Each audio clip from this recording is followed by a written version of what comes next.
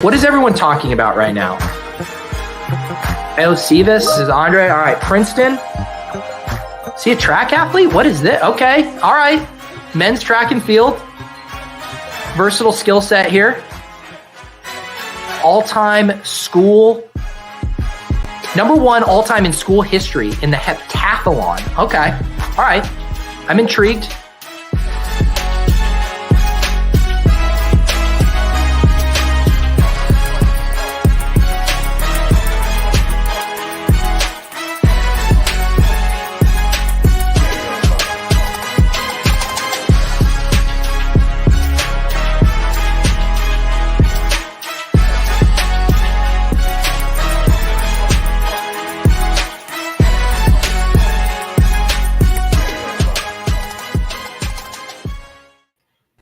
GM in the chat. Here we have Tyler, Emo Cowboy, and Mathology, the Bonk Bros.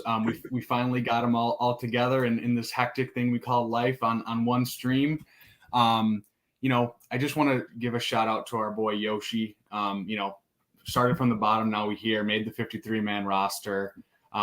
Probably completely useless in best ball, but we're still going to victory lap. We're going to take the small wins in life. How's it going, guys?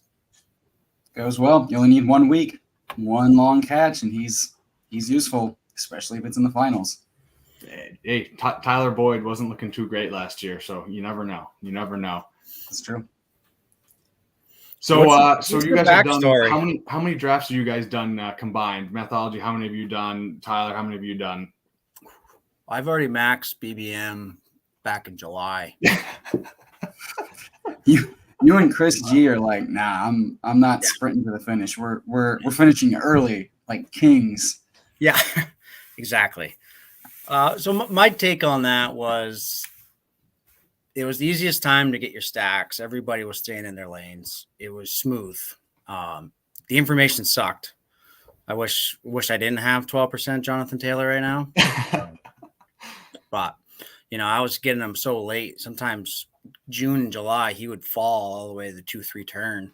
And I got some, third round Taylor back in May and June even sometimes. So that's kind of when I scooped that up. So we'll see what happens. I might have fallen on the grenade on that one, but it was easy. I mean, the rooms to me felt soft at that time. So I just kept hammering. Plus I had a lot of family vacation in August, and work gets really crazy for me this time of year. So it's kind of, I just took advantage of the time, and that was my one and only goal. I wanted a max BBM3. I kind of dabbled in some of the smaller stuff, but I just really, my main focus was this BBM4.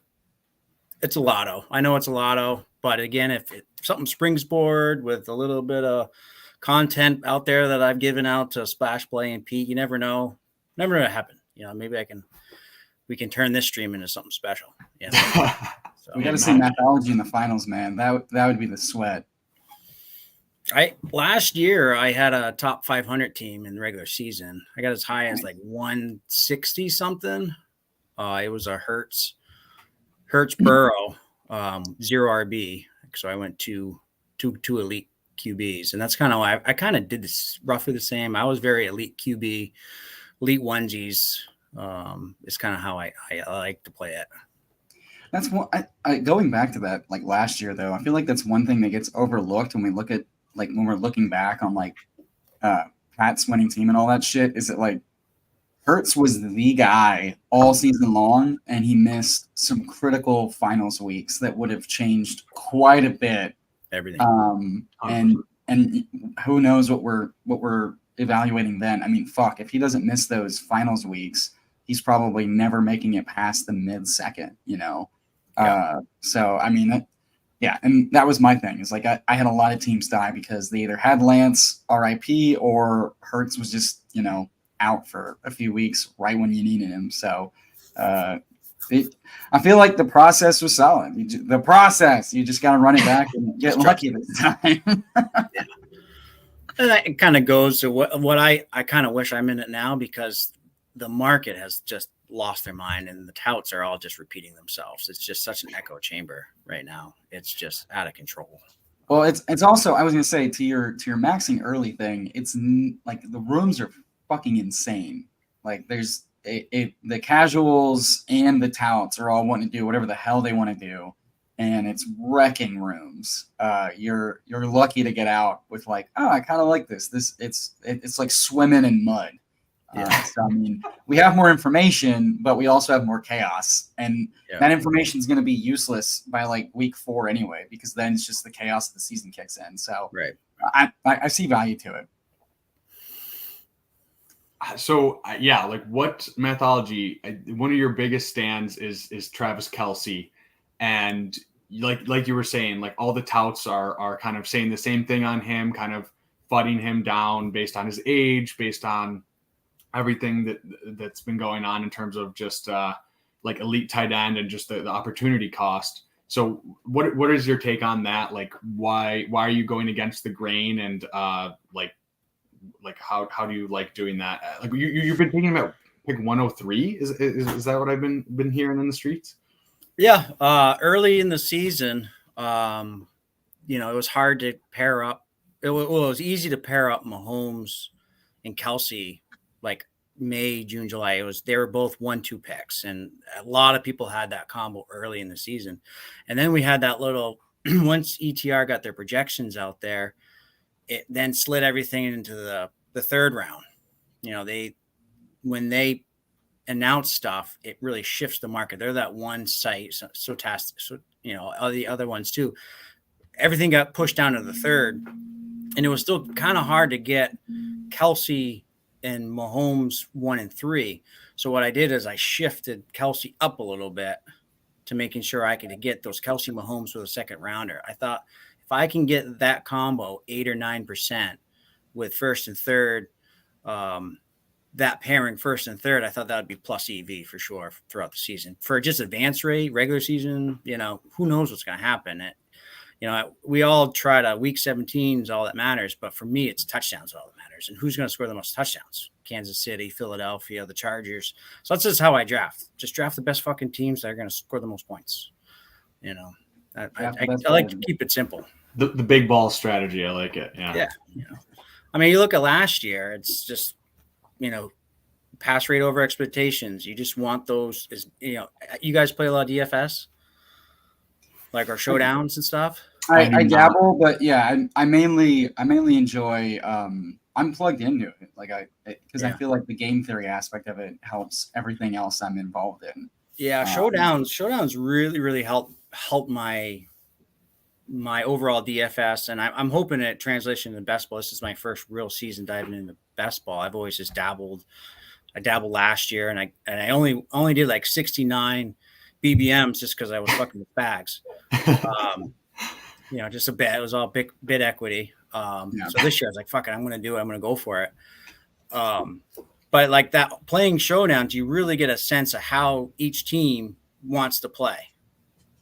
And Kansas City throws more than anybody. Same thing with the Chargers. I mean, all the statistics all show that. So it's just like those are the guys you just want to keep targeting in these contests because it's gonna hit at some point in time if you just have the right combo. Yeah, for me, I think this is like my 4th year doing Bestball. I dabbled around as like this seems fun. Oh, there's tourneys, and I played like 3 and 12 and 10 man. Dip your toe in a little bit. Yeah, I dipped my toe in the first year and got my ass handed to me and learned a lot.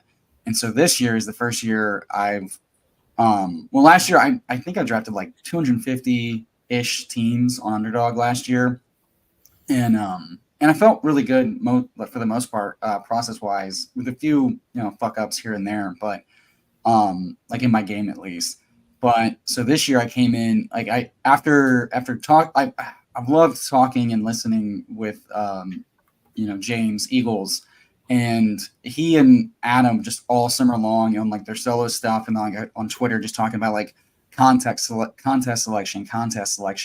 I was like, you know what, BBM is fun, and I think I'm up to like 30 or 40 entries now after the weekend's gonna be done. I'm definitely doing some bid equity and just lotto shit, and say fuck it. And I feel good about them, and they're mostly all underdog cardio club ones, because that's the other thing. It's like I want a UCC one to fucking make it to the finals and be like, I literally was sweating my ass off more than you were when I drafted this team, and I still whooped your ass. But like I'm up to 510 teams total across underdog and drafters. I've hit it hard. I've been addicted. I can't put it down. But also, I've been doing it since the weekend that stuff started dropping after the weekend of the draft, and I've been trying to do a little bit of everything. So like Dalmatians, we're in a Roddy together. We'll talk about the Chow Chows, the puppies, the Superflex stuff. And some of it's been grueling, obviously. And I'm feeling that like Davis level burnout of like, oh my God, it's been so many teams. And like the Superflex is so miserable. They're so miserable. They're so long and it's so chaotic. But I feel like that's how you spread your edge out, is a couple of the flatter, easier advancement structure contests, and then a few more of the high end, harder advancement structure, but much more reward for all of the week 17 and playoff correlation and stacking shit. So I feel like this will be a year where I can probably benefit from the process and really evaluate my edges. And I feel like I have had a pretty good edge. And god damn, going into Thursday, I was feeling real good about every fucking take I had. And then Jeff Wilson on the IR, and then Cooper Kupp pulling his fucking hammy. It's like, it's a douse of cold water, but also put Tyler Lockett on ice, please. put everybody on fucking ice. But at the same time, it's like, and then like Jason with his like wrist and stuff. But it's also like everybody's overreacting to this shit. Yeah, is like, are you guys cashing in week 5, week 6? I didn't realize we were playing reverse mittens where everything cashes after 5 weeks and then no one gives a shit.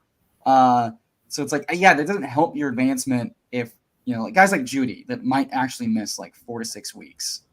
And we're already rumored to be traded. Yeah, that's rough. And that's why I'm like at the field 8% Judy.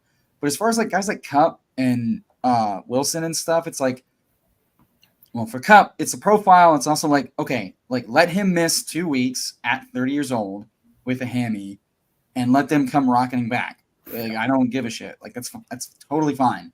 I didn't draft 4 receiver teams. I will be okay. And then with Jeff Wilson, it's like he wasn't my RB1 or my RB3 or my RB4, so it's fine. Let him miss a few weeks.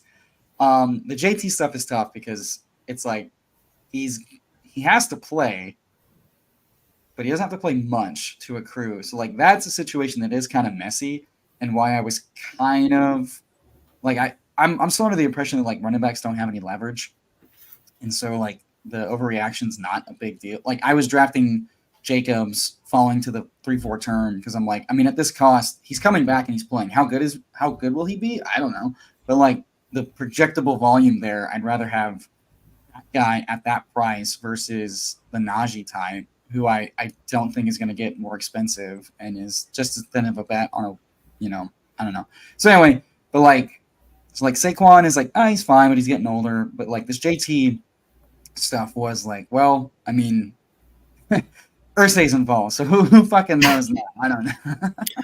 I have a unique JT take. Go for it. Okay, yeah, rip it. So as you guys know, I like the Pillow Talk over expectations model. I follow these guys on Instagram a little bit and see who they're married to and stuff like that. Do you guys remember last year? Was it last year in season Colts on Hard Knocks? Was it Amazon or HBO? Did you guys watch any of that last year? Oh yeah. What was it? The Colts? I thought it was. Well, maybe it was 2 years ago. It was when JT went nuts. I think it was 2 years ago. 2 years ago. I think Cardinals last year. Yeah.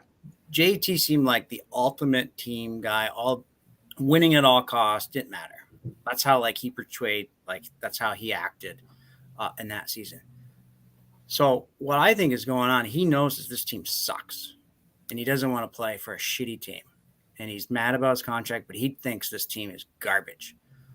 That's my take, that this team, we don't even want to touch it. So that's kind of why I didn't draft a whole lot of AR because I didn't really understand it because I was like, we just went through the Lance thing. This is fucking Lance 2.0 in my book. But I get all I don't know the prospect. I don't watch college football. I clueless. And he could take the NFL by storm, but I've never seen a rookie quarterback come in and be, awesome. They'll have a floor, a pretty low floor. They'll maybe score 14, 15 points, but they're not going to win you anything. I just never. I love Spags, and he plants his flags and he argues it, but I just don't. I don't see the AR. I think this team is going to be terrible, and I've kind of been staying away. Other than the rushing side of it, I thought it was like early in the season, they're just going to give this guy. He's going to be like 20 to 25 carries a game because there's nobody else on that roster. So that's kind of why I placed those bets early in the season. Yeah, I don't mind that. The Lance thing is rough because like it was literally a different situation where it's like you have a Super Bowl contending roster with a QB that's taken you as deep as you wanted to go twice. Do you give it to the guy that needs a lot of work, or do you try to get to the fucking playoffs? And they asked themselves that question, got to week 1 and said, nah, fuck that. We're going to try to win games. And then Jimmy G gets hurt and they're like, we'll throw him out there. And then they're like, God damn, he needs a lot of reps. Terrible. Get Jimmy G back as fast as possible. Yeah. And then they're like, okay, the roster's not as good this year. We think he's got more reps. And then he breaks his fucking leg. I mean, that's like the Tony Romo break his back. Like, what the fuck are you going to do? And then luckily they got Dak. And I feel like in any situation, it's like the fucking Romo to Lance, like Romo had his chance to like make a Hall of Fame push with like a really good roster, breaks his fucking back. Dak comes in out of nowhere, and that's the guy. And now that's Purdy. I feel like AR is like that Josh Allen, where it's like what a fucking athlete, but holy shit, the guy needs work passing. And then so you're hoping, can he punch in? And my whole thing is I'm like, yeah, you're drafting AR for floor, and you're hoping he spikes. The thing that really changed my mind going into this year, and I mean, Spags is right on like the sack avoidance is like huge, and yeah, true. It's way different than some other guys. Yeah, like I feel like AR can avoid the Fields rookie year disaster because one, Matt Nagy's a fucking donkey coach, and that was an awful offense. And this year, it's like it's Steichen running the Hurts offense, year 1 Hurts offense. And year one Hurts offense was, like 150 yards rushing. And I'm like, that's fucking exciting. Yeah. If he can keep drives alive. But yeah, I think with the JT thing, I think it's like, yeah, he was already on a shitty Matt Ryan offense and he's getting paid nada. And he got hurt last year and he's looking at his like fellow running back brethren getting dicked on. And I respect him going like, I'm going to fucking shoot my shot now. Cause like, while you're still young, you might as well do it instead of waiting another year. Yeah. Well, it's coming off the injury too. He's like, I know Tony Pollard. Tony Pollard breaks his fucking leg going into free agency and gets slapped a tag, and no one's willing to, pony up because he broke his leg. So JT's like, I got a bum ankle going into my final year. I'm gonna push my chips in. So that's. But yeah, I just think if the team was really good, he'd be playing. If they were a good football team, he would be playing because it's an opportunity to win and to show out and to show that he's an MVP caliber player. Yeah, I definitely don't think they're going to be a good team. Like that's why I've been light on Pittman. I've been on light on Pittman. I take stabs at Pierce. I take stabs at Downs because they're so cheap. I just need 1, 2, 3 spike weeks. We're good to go. I'm not taking fucking Pittman because I'm like, why do I want to stack up a mobile QB year 1 with? And they're like, look at all these RPOs. Receiver, yeah. Yeah, and I love Dwayne McFarland because like he showed the preseason stats. People were like, oh my god, look at those 6 targets. Oh my god. And then Dwayne's like, 3 of them were catchable, and they're RPOs. That's not good. And I'm like, yeah, the thesis is volume, but it's shit volume. Yeah, it's gonna be a lot of like 6 catches for 38 yards, and that's not gonna do anything for you in half PPR at all. Yeah, I'm terrified of that. So like, and everybody's saying, oh, you gotta. And I love Jacob Sanderson, but it's like, he's like, oh, you draft AR and you draft JT because they ping pong. Yeah. I'm like, oh, fuck that. I'm drafting one or the other because like. It's not likely that. Oh, I was gonna say my whole AR thesis this year of why I am going after him at cost more than I wouldn't, and he's like maybe my 6th or 7th highest QB is price. Like if you're really gonna compete with the guys in the 1% outcome in like BBM where it is a lotto. It's him like hitting the passing efficiency earlier than year 3 Josh Allen. Low likelihood, but like that's the thesis. Or the coach that invented the tush push for Jalen Hurts. And that's why I haven't been high on JT, because I'm like, no, they're going to ramrod this 6'4" defensive end in the body of a QB on the goal line for a billion fucking stupid Tom Brady-esque touchdowns, you know? If they like, get it, if they get it that far, you know, yeah. Well, you No, know, they gotta go deep. That's yeah. true. It's gonna be 3rd and 5, and AR's just gonna be ripping it into the ground and just like throwing it 5 yards over people's heads. So Yeah, close your eyes, guys. Picture this. It's gonna be gross to watch. They're on their own 40, and they suck. And the only thing worth doing is like, look, get as many plays as we can, because who gives a shit? Our defense isn't good. Our offense is not that good. Fuck it. We're going for every 4th down, and we will use young Voltron because he needs as many snaps as possible, and let the young man fucking cook. And seeing him in the preseason fucking trucking motherfuckers has been fun, because I'm like, Derrick Henry at QB is exciting. Yeah. If only for just like, give me 2 long fucking touchdowns. I mean, Justin Fields last year smashed. His passing was awful. It was ass. Yeah. But he rushed for 1,000 yards and like 8 or 10 touchdowns. So like, I feel like that's AR ceiling this year. It's not likely because he's a rookie, but with JT sitting out and them wanting to like prove a point they don't need him, well then you just run the fucking shit out of AR like power wing shit, you know, like, and say fuck it. And the defense is run the wing T, yeah. Yeah, exactly. It's gonna be like Lamar's first season with with Baltimore back in 18. Yeah, Greg Roman and nothing- Shane Steichen both nothing. running like that run. He only threw the ball 170 times. Yeah. Oh, that's the thing. Yeah, Pittman can have fucking 30% target share, and it's 30% target share of like might be one of the lowest passing offenses in the league. All right, cool. Yeah. Played 16 games, only threw the ball 170 times. It was just rush after rush. That is wild.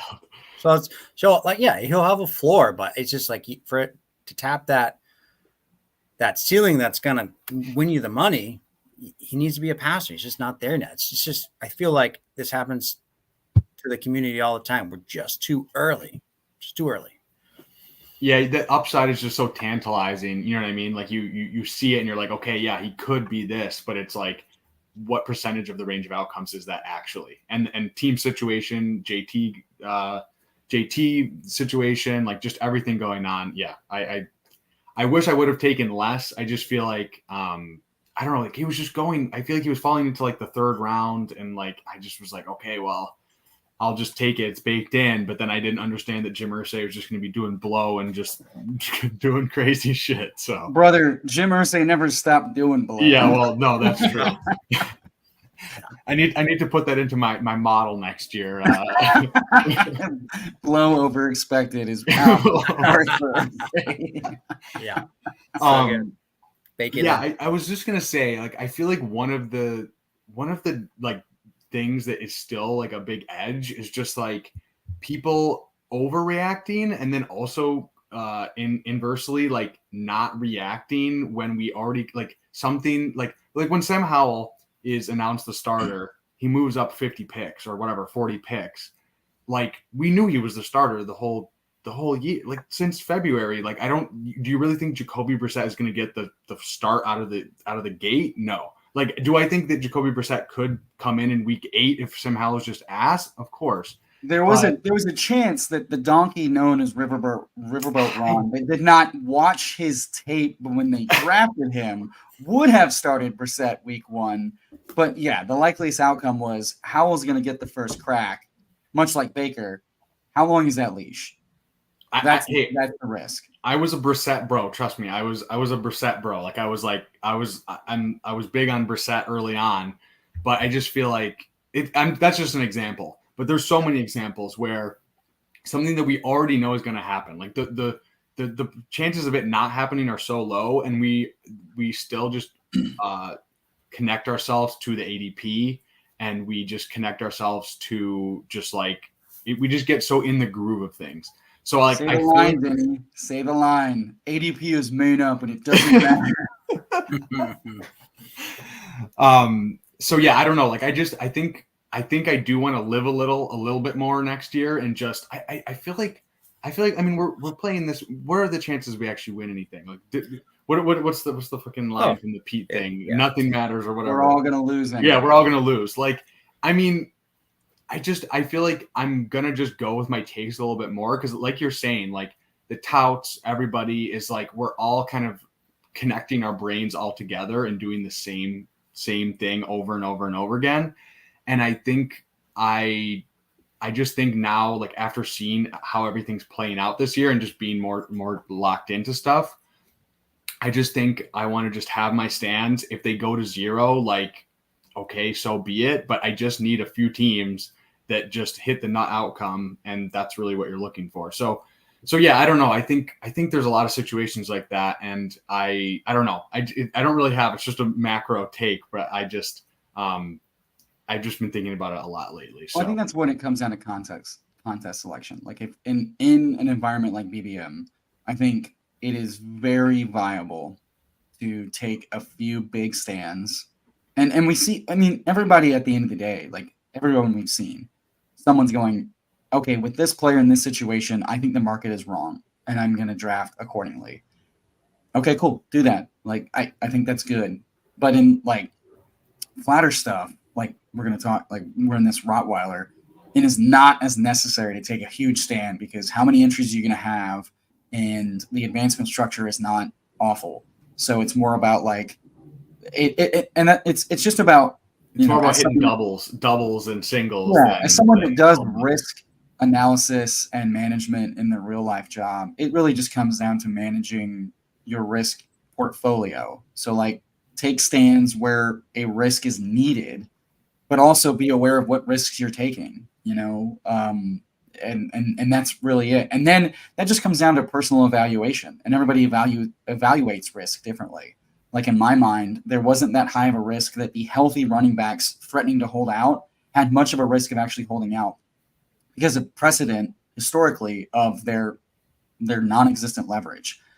Whereas I feel like for people coming off injuries or already have injuries, folks tend to underweight that risk and overweight the upside, a la Tony, like someone that, hey, we've never played him a whole lot because he like, I don't think injury prone is real, but the best predictor of injuries are their past injuries. Sure. And if there's a reason why this guy's never gotten 80% snaps, how likely is it that he finally gets to 80 and maintains that when he can't even get through camp healthy? Very fucking low. There's a reason why they signed every motherfucker and their mother to the receiver core because they just need depth, much like the Giants. Like, I'm excited about the profile of Wan'Dale, but I understand precedent is really fucking shitty for a tiny dude playing slot receiver that can get smashed. Like Edelman was able to have like a few sun run years, but then at 30, his body just, whatever. Also, Brady timing is different than,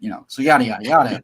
So I think, it's just player stands and situational reads, market stands, and then like medical risk analysis. Super fucking fun. Definitely pillow talk type of shit you talk about. But those are all the edges that we're going to be able to hold, even in like the realm of bots. Who's going to factor in all that shit? I mean, I'm down to try, but like, it's, well, I just to add on to your point, and something that I kind of did just looking through a good friend of mine, you might have seen him in the streets, is BK Bomber. He did projections this year by himself, and he had some help from Gretsch. He's a ship chaser. He's a very quiet guy, but a smart guy. Really good friend of mine. And so I kind of just like watched his conversations with Gretsch, how to build your own projections.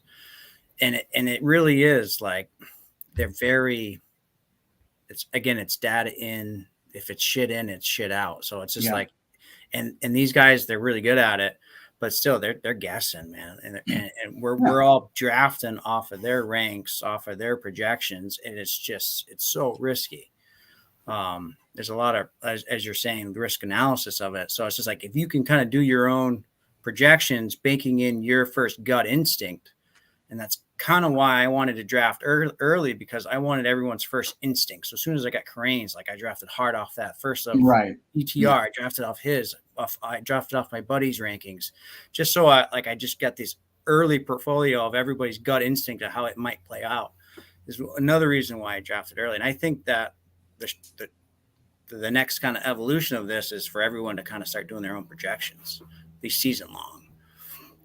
Yeah, I think that's I think that's like the long-term solution. I'm lazy as fuck, so I will do what I did this year, which is get Pat's and a couple other folks' rankings, right, and go in and adjust based on my take and my macro take, and stick to that, knowing that every once in a while I will lean in the favor of correlation and matchup shit to overrule me sometimes, so that in the event my stance is wrong, there is an outlet for that to pay off, and that contest selection, like in some of the higher stake stuff, if there is a take I'm not as strong on, but my portfolio says I'm locked into that, maybe I lean the other way on it, vice versa, etc. And I just think that's part of the game if you're going to play like a shit ton of these contests, and that's just the evolution of good portfolio management,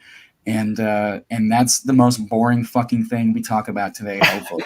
So yeah, it's really like it's a tough balance, because it's like you have the devil and the angel on your shoulder of like I'm a vibes bro, I'm Liam, I'm just gonna take 50% Del Kincaid, and like, bro, it can work, it's fine. Like if the guys that you stand are the guys you need, then whatever. And then there's also like whatever, there's a Leone like projections, like by the book, like very boomer kind of like projections based stuff. So it's like, I think finding that balance can be very hard sometimes. And I think sometimes like I'll go through phases where I'm like one more, one the other. And it's really just being mindful of that. And like, okay, like all of these things can work, and tying them all together is the tough part. I think you guys did a good job of kind of explaining that and giving your takes on that. So we'll see if it works. We get to hit the start button on the season, so we'll see. Well, that's true. You guys want to go through the Rottweiler team so far, and just kind of talk a little strategy since we're on stream, and we got a little high stakes going? Sure. You want me to just share the draft board? We can see it. Talk through it. Yeah, if you want to, yeah, that would be great. We got fucking cursed with the 12 spot, and it's potentially turned out to be a blessing, but god damn it. I think 75% of my high stakes drafts on Underdog have been 11 or 12 spots this year. I'm tilted as shit. So if Jefferson sucks out in week 17 again, I will not be upset. Yeah, so this is where we're at now. Took Adams, Hurts. Reach on Hurts was just to flip the board, and the board's looking good. Hopefully we get Burrow and Herbert on that side, but we'll see. To be determined. Why don't you guys talk through, because you guys were kind of the leaders in the clubhouse on the Hurts at pick 13. So why don't you talk through your thoughts based on the contest and just like game theory wise? Yeah, so there's only 66 draft rooms in this contest. So with everything that's been going on and everybody's just anchored to ADP, this was just one play to reach one play for arguably the best quarterback with the highest ceiling to try to chase those points. Easy advance rate play for us, because I think it's top 6 make. I had to look back, but it's it's a 6-man final. 6-man final, but even like, it's two out of 12, 2 out of 11. Is that how the hardest round to advance is the first round. Once you're in there, it just gets easier to advance. Yeah. And get into the money. So it's just kind of an advancement play, grab a high floor, high ceiling quarterback, and then, try to piecemeal the rest of the team, moving down the line where, right now Swift's going to line up with ADP. Goddard's going to line up with ADP. Like it starts our build for us from Jump Street, where we can still use kind of some correlations and keep attacking those good teams as we have 2 picks in a row throughout the rest of the draft. So I just like it. It's a little bit different. It's going to be very unique. No one's going to have our team. We're going to have so many different people with Hurts than everybody else in the contest. If we get through our 12-team league. Oh, yeah, which gives us outs as we roll through because we need to get less right. And just betting on stud profiles like Adams that should not be going at the turn, like, at all. Fudding the age, except he keeps outproducing Stephon Diggs year after year, despite him having a shittier quarterback in a shittier environment. Also, what I don't understand about Adams is after we just saw Aiden O'Connell, who we thought was dog shit, and we're worried about, okay, if Jimmy G dies, Hoyer comes in. But now it's like, oh, they might start Aiden like right away if like they don't love what they see out of Jimmy or Jimmy gets hurt. Why didn't that boost Adams by a few points? Like swapping with like, I don't understand how Brown hasn't swapped Diggs and how Adams hasn't swapped Diggs yet, based on what we've seen of like. And this is where the market's just digging in their heels and saying, no, he's old, his ADP sucks, and we don't care that he's got like quality outs now to either a high floor QB play where he can thrive and with a still shitty defense in a high scoring division, or he gets traded to a team that's contending and he gets a huge QB boost. Like he has all of these outs that people are trying to cope with JT, and Adams hasn't moved. So yeah, we take a stand on that. We take a stand on the quarterback who has the likeliest high floor, high ceiling QB1 overall finish in his bag, and we're just gonna attack those spike touchdown, good offense, good profile guys to pad it out. Yeah, I think Adams really like.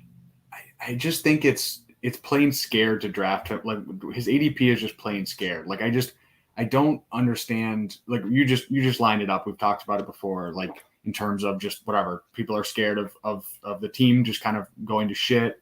They're scared of Jimmy G not being a good quarterback. But I just like Davante Adams is Davante Adams until he's not. Like, and he didn't show anything whatsoever of that he was slowing down. So why are we taking him behind? I know AJ Brown, like he's big and he looks cool and he wears a visor. But like he has never put up a season like Davante Adams has for like 5 straight years. Well, and then even his biggest supporter in Gretsch is like cooling on his price this year, which is that. I mean, that should be some signal. And at the end of the day, like AJ Brown has a huge weekly ceiling. Sure. But so his QB, his QB is not as likely to throw as much raw. And they've got a really good stud at wide receiver 2 and a really good, tight end. And then they just brought in a pass catching running back in Swift. So like, Adams' most likely median outcome is being so much fucking better than everybody else on his team again. Now that they swapped Waller out for a rookie tight end who's more of a like blocker and middle of the field guy. And he's 1 year older than Stephon Diggs. And Allen also hurt himself, like running around and shit. Like and this is like just the market deciding this is where he's always gone and this is where he always will go. And everybody else just falls around that. And taking the stand and saying you disagree with that is a leverage point. Seems short-sighted. It's kind of the same thing with Kelsey to me. It's just, he's going to have a 30% target share. There's no target competition for Adams. None. He might have a 35% target. Yeah, share,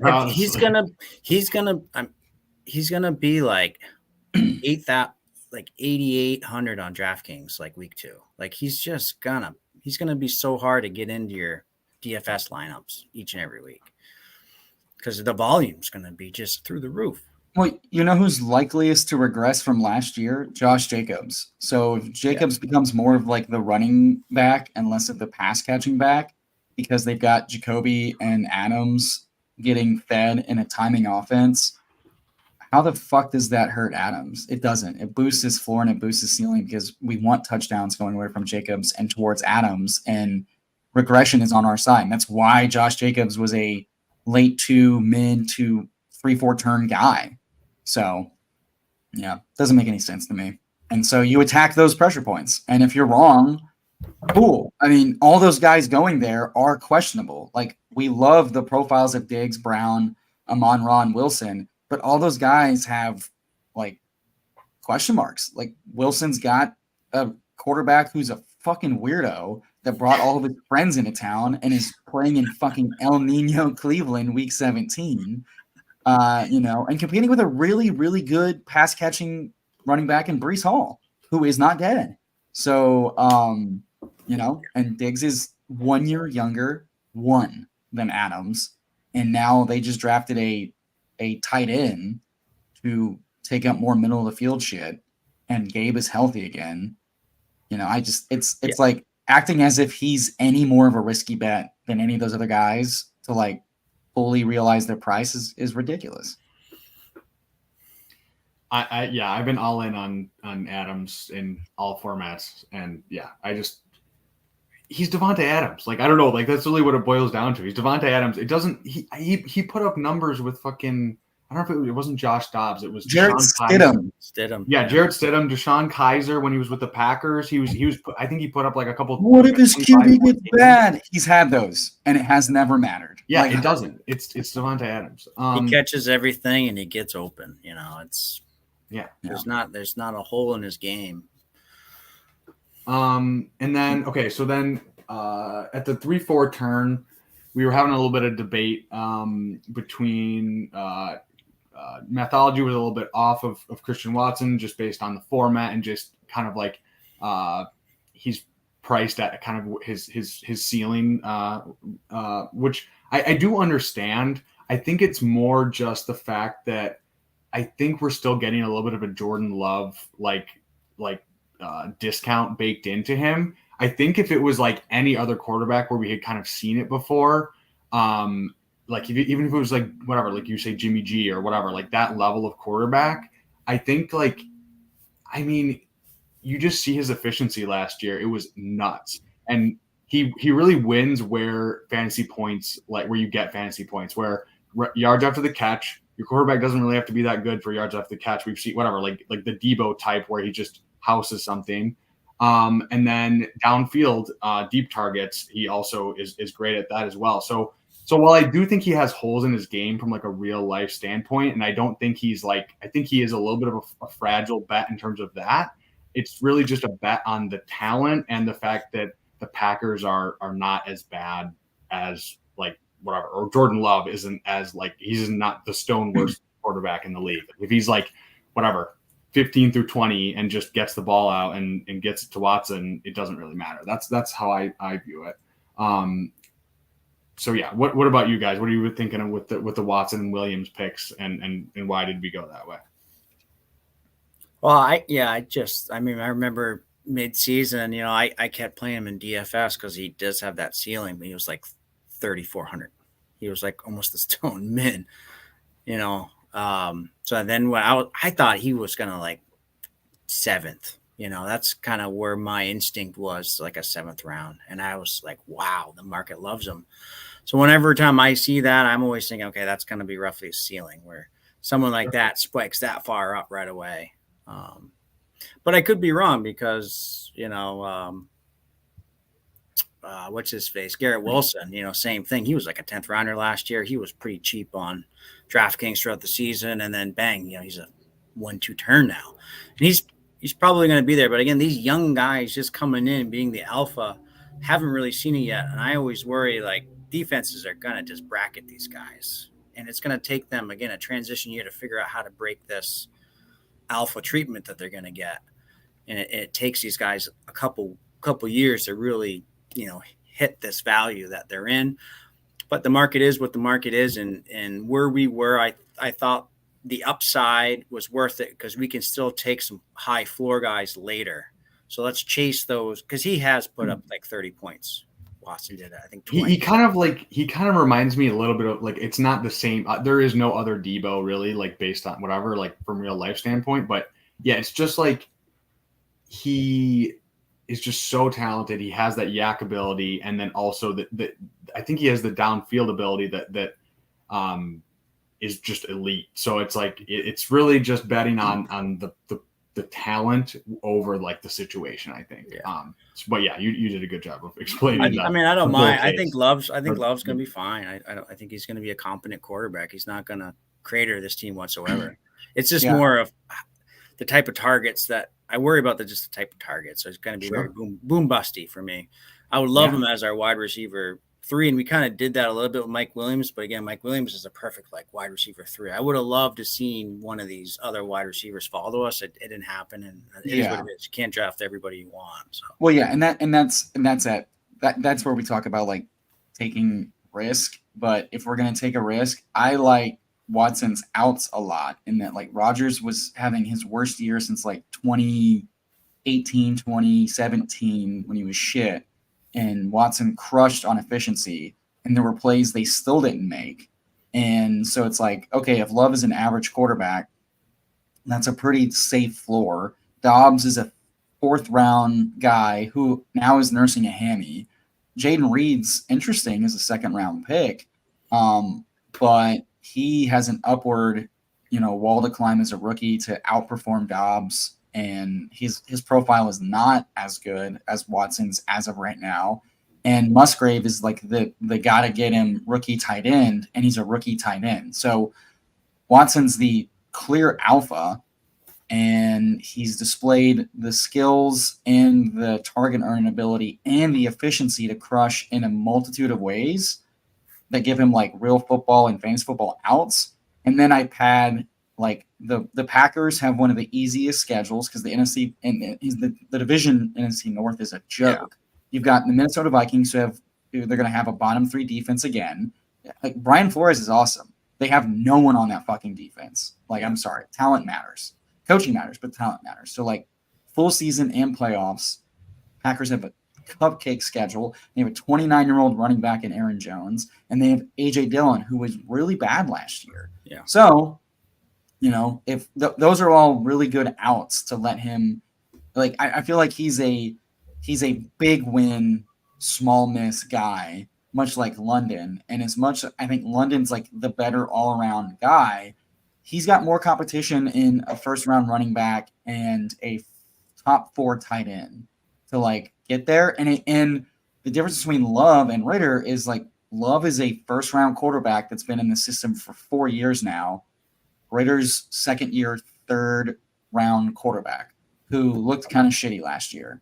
So, I feel like Watson's got a safer floor and outs than like maybe. And yeah, he's a little pricey, but all the 2nd-year guys got priced up. And the fact that he's 2 rounds cheaper than Garrett Wilson and in the same range that like Amon-Ra was going between 4 and 6 last year, people weren't buying into it. Well, I mean, Amon-Ra plays in the slot. Watson plays on the outside. The outside's a more valuable place. So Amon-Ra was one of my biggest stands last year of like the market is not buying into this stud profile. I will. And I've been kind of approaching Watson the same way of like, if he peters out, it doesn't crush me. And if he crushes, I'm sailing everybody else taking like, I'm sorry, Nuke is like what, 31 years old on a bad team. Like I like it in a vacuum, but like it's him and DJ Moore who is going to see less targets probably. And then a rushing quarterback. So I just feel like his question marks aren't nearly as like, he doesn't have as many trap floors on the path to crushing. So I think, and boom bust is perfect in Bestball because we already we've got Adams putting up a solid floor of 20 to 35 every week, and Mike and Watson ping ponging. Like, I love that. That's great because a quarterback's set. So we need to just lap the field with guys that are going to really outproduce because this is more like a season long play, and who's more likely to produce and outproduce their draft capital. 2nd-year breakout receivers, 2nd and 3rd year and rookie running backs. And so I just want to hammer those types of profiles in general. Yeah. Try to hammer as many high ceiling guys that can get the 30 points so we can, potentially get those 210, 220 point weeks. So just in case if something does happen, we can still even be like week 12, look at this team, be like, hey man, well, we're close. All we need is a big spike week. We get it. Then bang, we're we're moving. Well, yeah, on. that's the thing. You want players that can like jump you from last to first, Right. ideally. Yeah. Because you're not like, and again, 6-person final, but like 3 gauntlet weeks. If one guy flops, I want to be able to have 2 guys behind him or in front of him that can make it not matter. Right. You know, a la Chase 50-point burger 2 years ago. You know. Right. Well, that's why I liked Watson over DJ Moore. I really think it's a very similar bet. I just think Watson has a higher ceiling. He's already proven last year that he had a higher ceiling. Yeah, DJ Moore is priced at a well, stacking with Fields, and this is where we want them to go. And they're being pretty closely priced to their ceiling. Like I could see Fields being like QB4 next year, most because of the rushing and less so because of the passing. Like his passing would have to get historically better, like Josh Allen. And unlike Josh Allen, Stephon Diggs was way better of a receiver, and their coordinator was way better as well. So yeah, I'm very dubious on DJ Moore. So yeah, we're definitely going to be interested to see who falls down. I'm pretty sure the T Higgins drafter is going to scoop up, unless he didn't already. Now he passed. They took Hawkinson. Interesting. I feel like that's a mistake because people love taking unstacked Joe Burrow. Like, and the guys right now that don't have quarterbacks, like he's not coming back. I can see Burrow going 56 with a Mixon drafter. Or Lockett just went. Oh, that hurts. Yeah. Oh God, I'm looking at my other screen that's on a delay. That hurts my soul. Oh well, that's okay. That's okay. We would have one of the oldest. So right teams. now we got the 2 quarterbacks. We got Pierce. These are Pat's rankings right now. I just kind of utilize that as a little bit of a guide. And I got my own takes on top of it. Same. Yeah, I've got my fades and my wants, and I think we've given ourselves plenty of flexibility to play this turn, however it comes out. Because we will not be afraid to unless attack it. Wide receiver gets wiped out, I kind of feel like we should double tap it. I'm feeling that way too, but I guess we'll see who's left, because there are some guys that I would rather pass on season long. Yeah, I think probably wide receiver. Like I like Pierce and Dobbins, but I don't think they're like that much different than some of the guys we go later, and we can just make it up with volume later on running backs. So 84. Yeah. I mean, I feel like this is going to be kind of a unique room a little bit, and there's going to be some reaches. Yeah, well, yeah, I'm very happy to see Madison go to push down whoever we want. Yeah. I think I've selected Madison like maybe twice, and one of the times was with Spags. So I was like, okay, well, we'll let Spags. But I was just like, oh God, this feels nasty as well. Yeah, it's just a volume play. It's the volume play, but like. I just don't even know if it's I don't know. I'm completely out on Madison. Like I understand where he's going, but he just feels a lot like every year we get this guy in like the 5-6 range where it's like projectable volume and it just falls through the floor. So he feels like the classic trap back, and I was very cool taking him round 8, 7, 8 turn and lower, and now that he's round 4, 5, and early 6. There are just guys I'd rather bet. Like, I don't want to bet on simply volume. I want to bet on volume and talent when possible. Because this just screams they're gonna throw the shit out of the football and fade the running backs. Like that's what I'm terrified of. Like everyone's like Victor lapping Ty Chandler and Madison. I'm like, I think they might be dogs to see 20 total, touches a game. Well, they want to establish a little bit. So everything that they do is off of pass fake run, just the fake game. Because Cousins, that's where he's his best to play fake. Bring the line, like make the linebackers, create the space in the middle of the field. That's where Cousins is the best. Yeah, but you don't need to run it 20 times to get there. Yeah. And also what people keep forgetting is like the line is their O-line is still not that good. Right. And Dalvin Cook really struggled behind that line, and Dalvin Cook's a better player than Madison in a vacuum. Yeah. It was just like Dalvin Cook was not worth the player at that price. So I'm not in it. I'm not in on that at all. No. Again, it's very similar to the Najee Harris. It's like those two are clones of each other. 10 pick. Fuck yeah, baby. I am so used to this fucking position. I've been getting so much like picks 9 through 12. I feel like it's just, oh God. That's okay. We can do something fun in this area. I like it. And then Mike Williams. I feel like it's just Chargers go Burr and Spike Weeks. That's pretty much it. Well, so like I was really cool on Mike Williams whenever like he had another back injury in camp again, and I was like, oh God damn it! And I was really cool on him, and then he started falling to like the turn. But now that he's been healthy and QJ's getting that, like maybe we'll bring him along a little slower because like this team is built to win now and has to compete now, especially now that Herbert's got the contract he has. So like I fully expect QJ to overtake Almer and start mixing in and being explosive. But if we're talking about like an advancement play, a healthy Mike Williams and a 31, 32-year-old Keenan Allen, like I feel good about odds. And then there's the smoke about Mike Williams getting some more slot work. Yeah, exactly. More offense. So yeah, it's like if he's only healthy for like 8 to 11 games total, well, give me those because he's averaging, like 15 to 25 points a game. And yeah, I can totally see them running those Dak Prescott or Dak to CD Lamb down and crossing the field because Keenan Allen's not that quick. Like Mike's going to be kind of the burner there, and you could see him being the downfield, wide open, getting those big chunk plays that CD got last year. Those plays, and then 2 years ago when he kind of broke out before he fizzled down the stretch and dealt with injuries, he was running like all those different types of routes and seeing like a 25% target share. Yeah. All right. What do we think we want to do here? I've got Pat's ranks loaded up to help. Well, I mean, you got to take Cup this late. I mean, I don't think he's gonna be that hurt. I just saw Overset get him in the second round, so maybe you try to push him around. I was gonna say, do we try to push him? Because I have my medical take, but I don't want to say anything because like. Yeah, go ahead. If you had an insight, do you want to? Yeah, who else do you want to go instead? Well, I think we try to push him.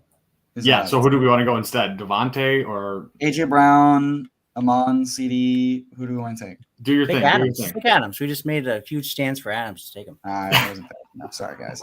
That's all right. I was pushing for Adams, honestly. Well, so my thing is like I think one of the two is going to definitely come back. Okay. Yeah. I feel yeah. That's true. That's true. We have a lot of Yeah. Okay, and Chubb goes. Okay. Because I saw Cooper Kupp. Yeah, he went they took him at the turn last night, and then on Hope's stream, Cooper Kupp went like mid to late second. So I'd say just playing late ADP. If it's between a fully healthy Adams and a hobbled Kupp, I'm very fine just flipping a coin. So what's your Kupp injury take? I'll give it to you in a sec. Okay. No one is watching, but I'm getting my reps in. We're practicing for next year because I'm gonna start bright and early next year. I'm not gonna wait until later on. So, you gonna do any content during the season? Is that your plan? Or I've been thinking through it. I just had my other buddy on before this, and we were talking about it. Okay, yeah, let's go Kupp. Told you. Okay, so I'm sorry, I'll cut in. The Kupp alpha is that he's not likely to miss more than like week 1, week 2 max. And by waiting that long, his re-injury rate goes up to about like 20%.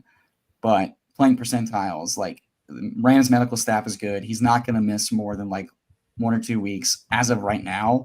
And his profile is like no brainer. You take the risk. We're talking it's BBM. You want a nut percentile outcome, and also how many teams down the stretch are going to get Kupp in the second round with AJ Brown. We're like one of like what 4 or 5 teams total, maybe. So I love taking Kupp, but I have a feeling, especially with the no badges, not to be elitist. We've just got the white badges and the no badge. I felt pretty comfortable they were going to be risk averse, which is not the way I want to play this when I have medical information that tells me I'm not going to be that afraid to take Kupp as the guy after Adams and Lamb. Yeah. Bye. Bye. All right, my bad. Bindles, what's the in? Oh in- no, honestly, no. It's not that deep. I've been talking with my other buddy that I just had on that we're dynasty virgins together, and whatever. We're trying to figure out some in season stuff, but yeah, nothing to announce yet, but working through Okay, it. cool. Yeah, I follow Edwin. I bought his $15 draft guide. The thing is chock full of good shit. I looked at it this morning with the latest update, and he's like, yeah, historically. And then it was like all the doctors I follow and respect, I was cramming them in yesterday as cope. And they're all like, yeah, it's a little concerning. I wouldn't mind pushing him down for like risk aversion stuff, but he's likely only to miss like a week or two. And this is a medical staff we trust. And like if you're worried about re-injury, then yeah, don't take him. And so in a contest like the Roddy, I'm a little bit more nervous and gun shy because if he misses 2 to 6 games over the course of the season, the hammy, that really hurts us getting to where it matters.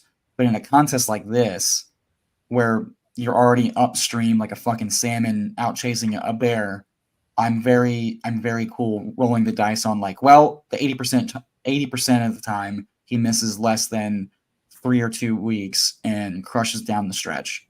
So I grind that medical news like a motherfucker because No, I'm married to a PT, and I learned years ago this is the edge to push. Yeah, no, that's hey, you gotta push it, guys. We're drafting with soak my deck once and easy love and life, so this is good shit. And Tang Bang. This is the Bonk Bros draft, guys. There you go. It's a horny draft. You guys see Cup here? What's that? I'll try to share it again. Oh, here, let me share it. Sorry. Dude, we almost got caught up in the Pete Overzet marathon stream draft, by the way, by like minutes. Oh, really? Yeah, we almost got caught up. Man looks pretty good right there. Hey, take my cock, not his hammy. Hey, any man with a gingerish beard, I will respect. Okay. Yeah, that's right. All right, how do y'all want to play this? I kind of like an anchor if we can get Ramondre. Otherwise, I think I take another receiver again. What do y'all think? Quarterbacks went bam, bam, bam, 1 through 4. By the way, I feel like I like Ramondre. I think. I know you like Keenan mythology. Just it's with this. I think you're fine with Cup, and those two kind of are very nice together. So yeah, I'm fine with. Yeah, I think his floor ceiling got so much better. Like he's one Zeke injury away, and Zeke's like what 29 now to just being the 85 percentile usage guy. So I feel real like at this price, it feels too nice. I was gonna say the only thing I would say is like with ETN and Breece Hall right there too. I feel like we maybe could have pushed it and gotten one of those guys back and gotten. But I think Breece is coming back anyway. Williams, so. I'm pretty sure Breece is coming back anyway, but I don't know if we want to do that. I would, but I think I would. I think I would, but I'm also down for any of. What's your Breece take, mythology? No, I'm on board with Breece in the 4th round. Okay. I think he's going to be a real. I mean, the only thing that scares me with the Jets is it's just overall total plays. Okay. Roger loves milking the clock. He loves trying to get people to go off sides. Well, I just worry about total plays where I'm always chasing the Chargers, the Chiefs, just trying to chase. I'm okay with anchor. I think Ramondre with Breece is a great play to like bring him along, but I'm okay with an anchor if you. Yeah, I would go with an anchor here. Okay, let's book. I'm trying to do Pete nimble fingers. Well, here's the thing. I have learned if you're going up, it does not register. You have to up and set. So I probably should just unstarred. I mean, it's a fine start. Yeah, that's. I was just saying, in a room like this, Breece probably makes it back around like here-ish. Yeah. I was going to float like quarterbacks are going late. This kind of gives us some whatever, but I also think that like a double anchor with two guys set up to legendary smash, and then we can just ignore running back for a while because I hate this section so much. Yeah, I agree. Like Brees has had 0 setbacks. He is a much better athlete, and he's 22. And if he's the Aaron Jones on an Aaron Rodgers offense, if we're worried about plays, I like my odds with Lazard is now nursing an AC joint injury. Cobb is 30 million years old. Yeah. Garrett Wilson's awesome. It could be a very condensed offense. We just don't. I was gonna say I would not be surprised. And Conklin's just a guy. Like I would not be surprised if. And also Aaron Rodgers is 39. So I like the giga brain of like he's gonna want to try to draw guys off sides. He's gonna want to over the shoulder touchdowns to Wilson, and then he's gonna want to line of scrim. And that line is not good. Like their tackles are still kind of shaky. So like if they're giving up pressure and shit, it's gonna be dump offs to Brees, right, and quick passes to Wilson, and give me all of that. Especially as the season goes on, and he's just like fuck it. Brees is gonna 20 touches to Brees. Keeps me fresh at 39. Also, that dude looks thin as fuck, man. He looks old, man. My God, that ayahuasca.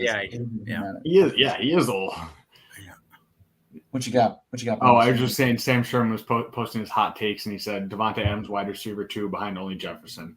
I love that that's buried in a fucking Twitter novel. Sam, what are we doing?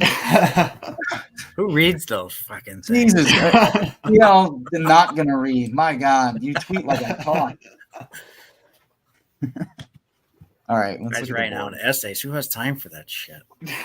Dude, I love Gretch, but I'm like, dude, I could only sub to like audio stuff because I cannot read 9,000 words every 3 days. Yeah.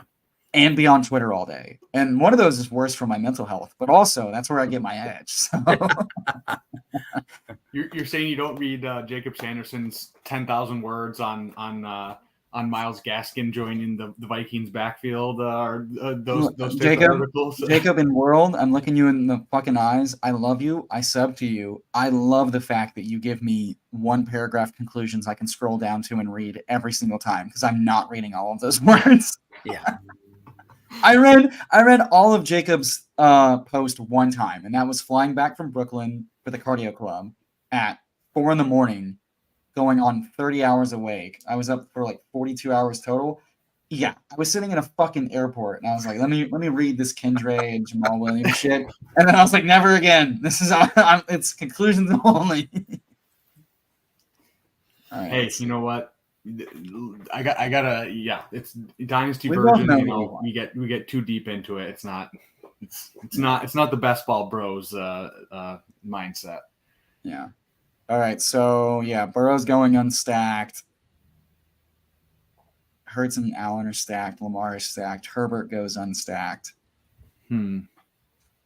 I feel like these guys have been playing it pretty casual. The guys I think they're letting pass, they are letting us pass. So I feel like I've got a good read on them. So who are you not comfortable letting get pushed back around? And then let's take that person is what I would say. Like Dameon Pierce is not coming back. Jacobs may come back. McLaurin's definitely coming back. So who do y'all like in this range? I say we just take our guys. Yeah, I'd go ahead and double tap Seattle. Yeah, I was literally about to say that. So yeah, okay. With like Dotson being like the safety net. Yeah. Who y'all think is more? I mean, I think we play the ADP game.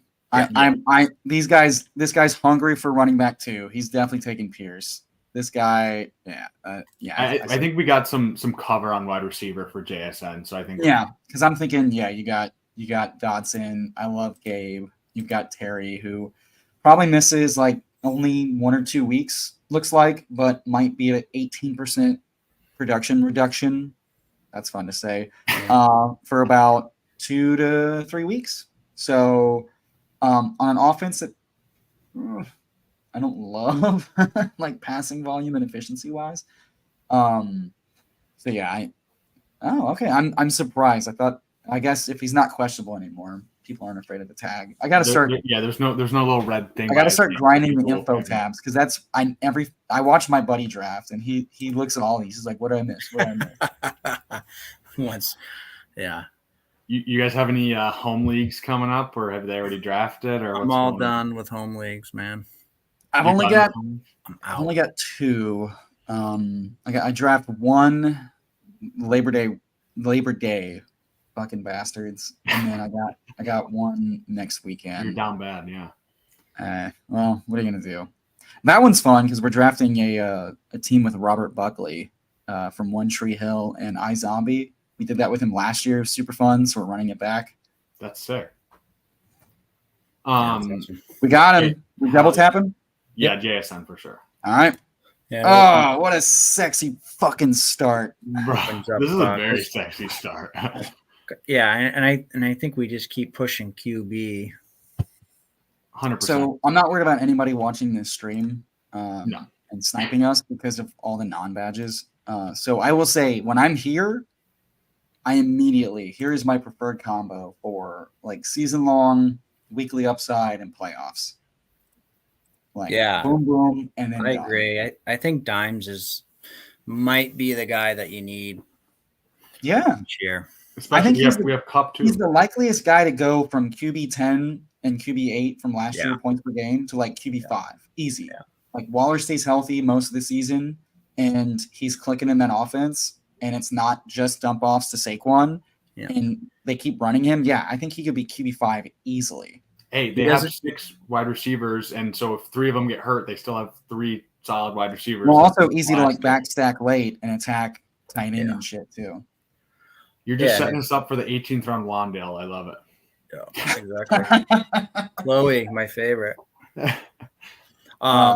It's just like he's the Fields play of last year. He doesn't play like Fields, but he scores like Fields. You know? Yeah. And Fields Well, is he scores like Fields, but he's a better passer. And if he keeps, if his sack avoidance and his fumble rate continue to slowly go down as his passing slowly goes up, he's got an easy path to QB 7 to 4. Yeah. Hey, streamer bro, put up the board, please. Oh, my bad. Thank you. See, you're checking me. No, it's okay. It's okay. I do the same thing. Streamer. He was a streamer boy. We didn't have any sex. Hey, you might have to pivot. I like that. I like that username. Hey man, it's time to sign your girlfriend up and use her account. Hey, don't push me. Oh man. So Herbert went with Eckler. We're like 5 away on the other one. Oh, on the Roddy. Yeah. Y'all got some fun plans for Labor Day weekend? Yeah, my daughter just is finishing up her first week of kindergarten, so we went to the fair last night. It's beautiful out here. We'll probably hit the water, go on the boat, enjoy that, barbecuing, drinking, swimming, stuff like that. Go. Yeah. Hell yeah, brother. What about you? How's Texas right now, sir? Fucking brutally hot. We just got the coolest day ever yesterday. And when I say coolest day, I mean it did not get above 98 all day, which was awesome because it's been 106 to 109 with a real feel of 116 since May 1. So it's been brutal. I'm trying to like take walks and I'm just walking around and drafting. My phone overheats and shuts down mid-draft. Super fun. And then I come back sunburnt to hell with like a average heart rate of 135 just walking. Like that's how fucking hot it is. Yeah. Brutal. My grass looks like tumbleweeds. R.I.P. Okay, let's see what's coming. How do we want to play this? I mean, stack tight end. Yeah, I was gonna say we could go stack running back. Yeah. We could also take shots on falling correlated receiver. Hollywood is correlated, so yeah. I also like just Dallas in a vacuum with Cooks. So how do we want to play this? I like Hollywood and Goddard if they're there. What about you, Matt? Yeah, I agree. We don't need Swift on this team. Okay. Yep, I agree. Otherwise, And then Cooks as Backstop, yeah. backstop. Okay. Who do we think is got- more likely to fall? Take Goddard so we don't lose that stat. Yeah, I was gonna say I'd rather take the tight end. I just feel like it's so hard to get an Arizona bring back. I know there's Michael Wilson and Rondale, but I'm just they're so gross. You know. Yeah, and that's usually going to like fucking Trey McBride, which is thinner than ever because of Zach Ertz. Yeah, I was gonna say Zach but Ertz. I really don't. I will not be surprised if like Hurts comes back, injures himself, and retires midseason. Like that's not out of the question. No, I agree. But also like Kyler's coming back between like weeks 5 and 8, and they will suck, but it won't be awful. Who are our backstops now? You take a shot on LAC. I think Sky Moore's got a really nice floor ceiling combo. You were talking about chasing Chiefs touchdowns, and then you've got like just Spike Week Bateman. What do y'all think? I mean, I guess I just lean ADP slightly for QJ, but I'm fine with either of those three. Honestly, I view them like extremely similarly. So yeah, I would grab KC's. I prefer Sky Moore over Elijah Moore at this point. Yeah, me too. Offensive betting. Yeah, I agree. Okay, so we're good with Moore. Yeah, I am. Yeah. All right, cool. We got our 5 in through 8 rounds. I like it. We're chasing good teams, good profiles, youth and elderly. Got some stats. Everything's looking really good for Sky Moore this year. Just getting a shitload of playing time early. Yeah, I was. As long as he hits, he plays that's the well. thing. Yeah, that's the thing. Will he get targeted and will he do well with it? But usage, it's a good bet as wide receiver 5. Yeah. I don't have a ton of him this year just because and this is the most expensive I've taken him all summer. But I feel like this is the point where like you're just taking the plays and doing what you want, and the price is what the price is. I mean, Juju was completely ass last year, and he was like fine. He was going what, like in the 30s and 40s last He year? was going between he went as high as like the 3-4 turn, and he started out in like the 5th, 6th. Yeah, and I would say much better talent profile year 2, and whatever same role. So I like taking more at this point because I like the team better, I like the role better, and it also if I could go back and change one thing, I would buy into more in the 9 and 10 round more often. Yeah. But I liked taking like the running backs and quarterbacks around there better. And I usually had like 4 or 5 that I was good with. But that would have been a logical pairing with baiting Tony, which I've done all season. I've taken him once all year in a poodle. And that's it. So like I should have probably been taking more as like a way to like, hey, Tony's gonna flop, Moore's gonna crush, at least at his ADP. Like if he meets or slightly exceeds, like that's fine, because he just needs to have some good like playoff weeks.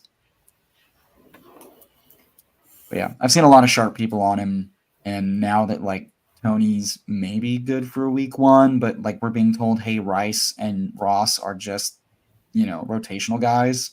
It's like, okay, so their base offense they're hoping is going to be Moore, Kelsey, Tony. I don't think Tony's going to like be more than a rotational gadget guy or stay healthy all season.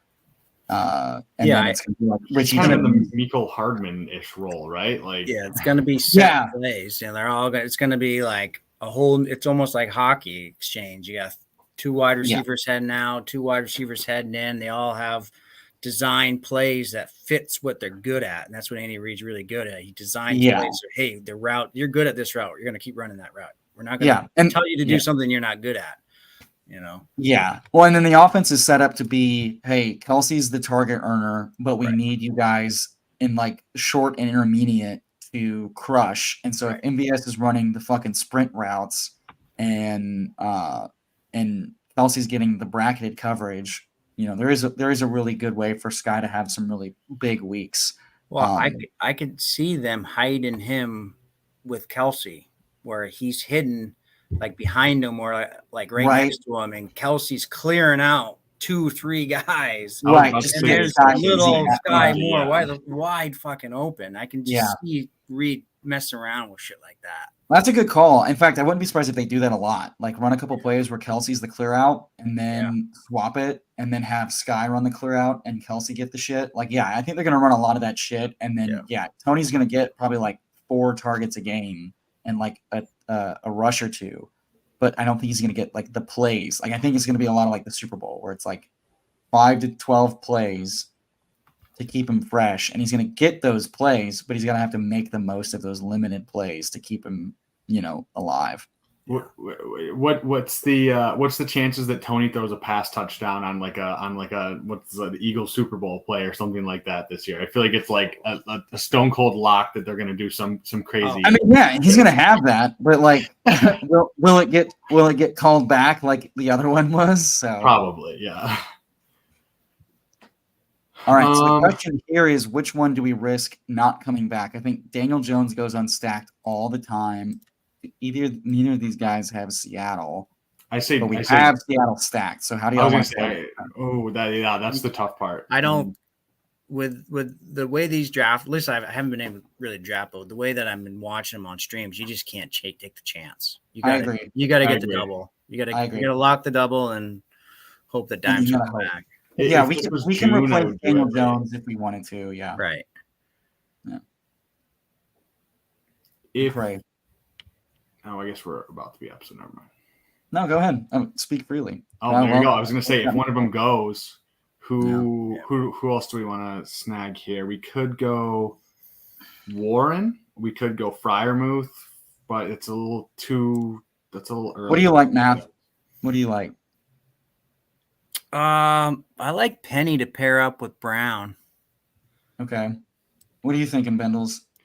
I'm trying to think what other tight ends. I will throw this out here. Njoku has got stupid usage this season. Oh, yeah, he's still on the board. And he correlates with Brees. I like Njoku more than Freiermuth for sure. Yeah. Me too. I was going to say, I love him way more. I feel like he was crushing last year before he got hurt, and I think he's the easiest beneficiary. More than more. Why is he falling? I don't know. I really don't know. It's someone was saying on the stream, like, he just hasn't been getting any like news, like good or bad. It's just like he's quiet, so then he's just not in the front of people's minds. Like he's not steaming up. Athlete. So between these guys, who do we want? I kind of like Njoku, honestly. Yeah, and then be done. You're done at tight end. I was gonna say I'm very comfortable stopping with those two. Yeah. Oh, 100%. Yeah. No. Oh, look at this donkey. He need an RB2 so bad. Got to get Jamal. All right. Yeah. I like that a lot because, if we're going to try to piece together another QB or two, I was like, this is a solid base to start from. And he correlates with Brees. Yeah. You got correlation with Brees. I think you've got a really high floor, really high ceiling between these two. Yeah.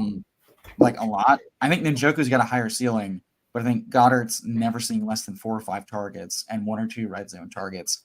And contingent upside, if any of the pass catchers get hurt, they're getting fed. They're athletic guys. We don't have to fuck around with the other guys. And then as far as like banking regular season and playoff, which is in play this year, you've got, a top 10, top 5 points per game Seattle guy double stacked with 2 awesome dudes. 2 legendary upside backs, and then two very athletic. Either of these guys could hit as tight end 3 or 2, based on just touchdowns and like health. So I'm liking this a lot. Njoku's role was absolutely insane last year. I mean, I know it was with Brissett, but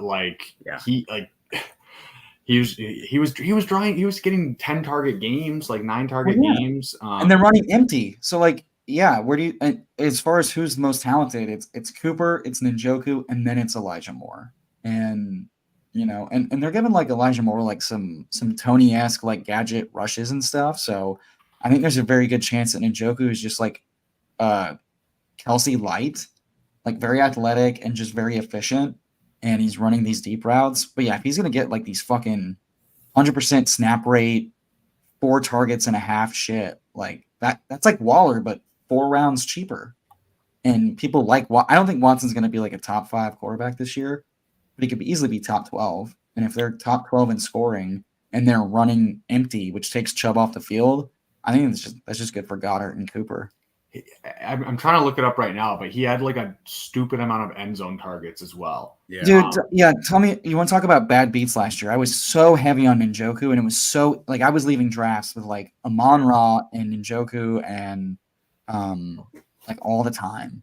And then him getting hurt, like, right mid-season. Same thing with Goddard. Like, Goddard was such an easy smash, and then they both get fucking hurt for a few weeks. It was rough. Oh, Mims went. Bummer. Mims, I love Mims. It's crazy. Like, What about doing a? Oh, sorry. No, go ahead. I was thinking, what about doing a little Packers thing here? I can dig it. I love that. I love that season and playoff schedule. I mean, you could probably do Dobbs. Is Dobbs still on the board? Love, and I haven't seen. Is he? No, Dobbs goes early now. Dobbs' ADP is like Yeah, 101. Whoa, Yeah. really? Oh, that's good for me. Yeah, it's Oh, that's right. You haven't drafted a BVM since like July. Yeah. Yeah, Dobbs went right before us with Firemouth. But I do like the call of like Love and Reed. Love Reed. Easy peasy. Sometimes I like it with Musgrave, but we don't need him. And then we don't have any Dallas, but yeah, we don't need a tight end. Yeah. I mean, we do have Stafford. We could play that 2021 season. Yeah, Stafford can deal, man. He threw the sickest no-look pass in the Super Bowl I've ever seen. yeah. If we're gonna take a third, I'd be okay with Geno, Stafford, Mac as like a ceiling, floor, and floor plays. Yeah. I don't mind that, like backstop wise, but I prefer Love over Stafford. I think. Yeah. I agree. Just for like quality of line and players, and then like younger guy getting better down the stretch, whereas like older guy kind of struggling down the stretch. I buy into that narrative. So how do we want to play this turn? What do you think about Rodgers with Brees? That's another option. We would have to. He'd be single stacked, unless we get him with like a Mecole or something. I think I'd prefer to get a running back here. Yeah, I kind of like A-Chain here, honestly. Y'all like A-Chain, Mostert, Gainwell. What do y'all think? Oh, we could do Gainwell. I don't really love his price, but I don't love Gainwell right here. A-Chain or Mostert, Math? Who you prefer here? I prefer A-Chain, but Yeah, I think A-Chain gives you that. Yeah, I was gonna say with the profiles we're chasing. Yeah, the speed. His speed is going to be pretty.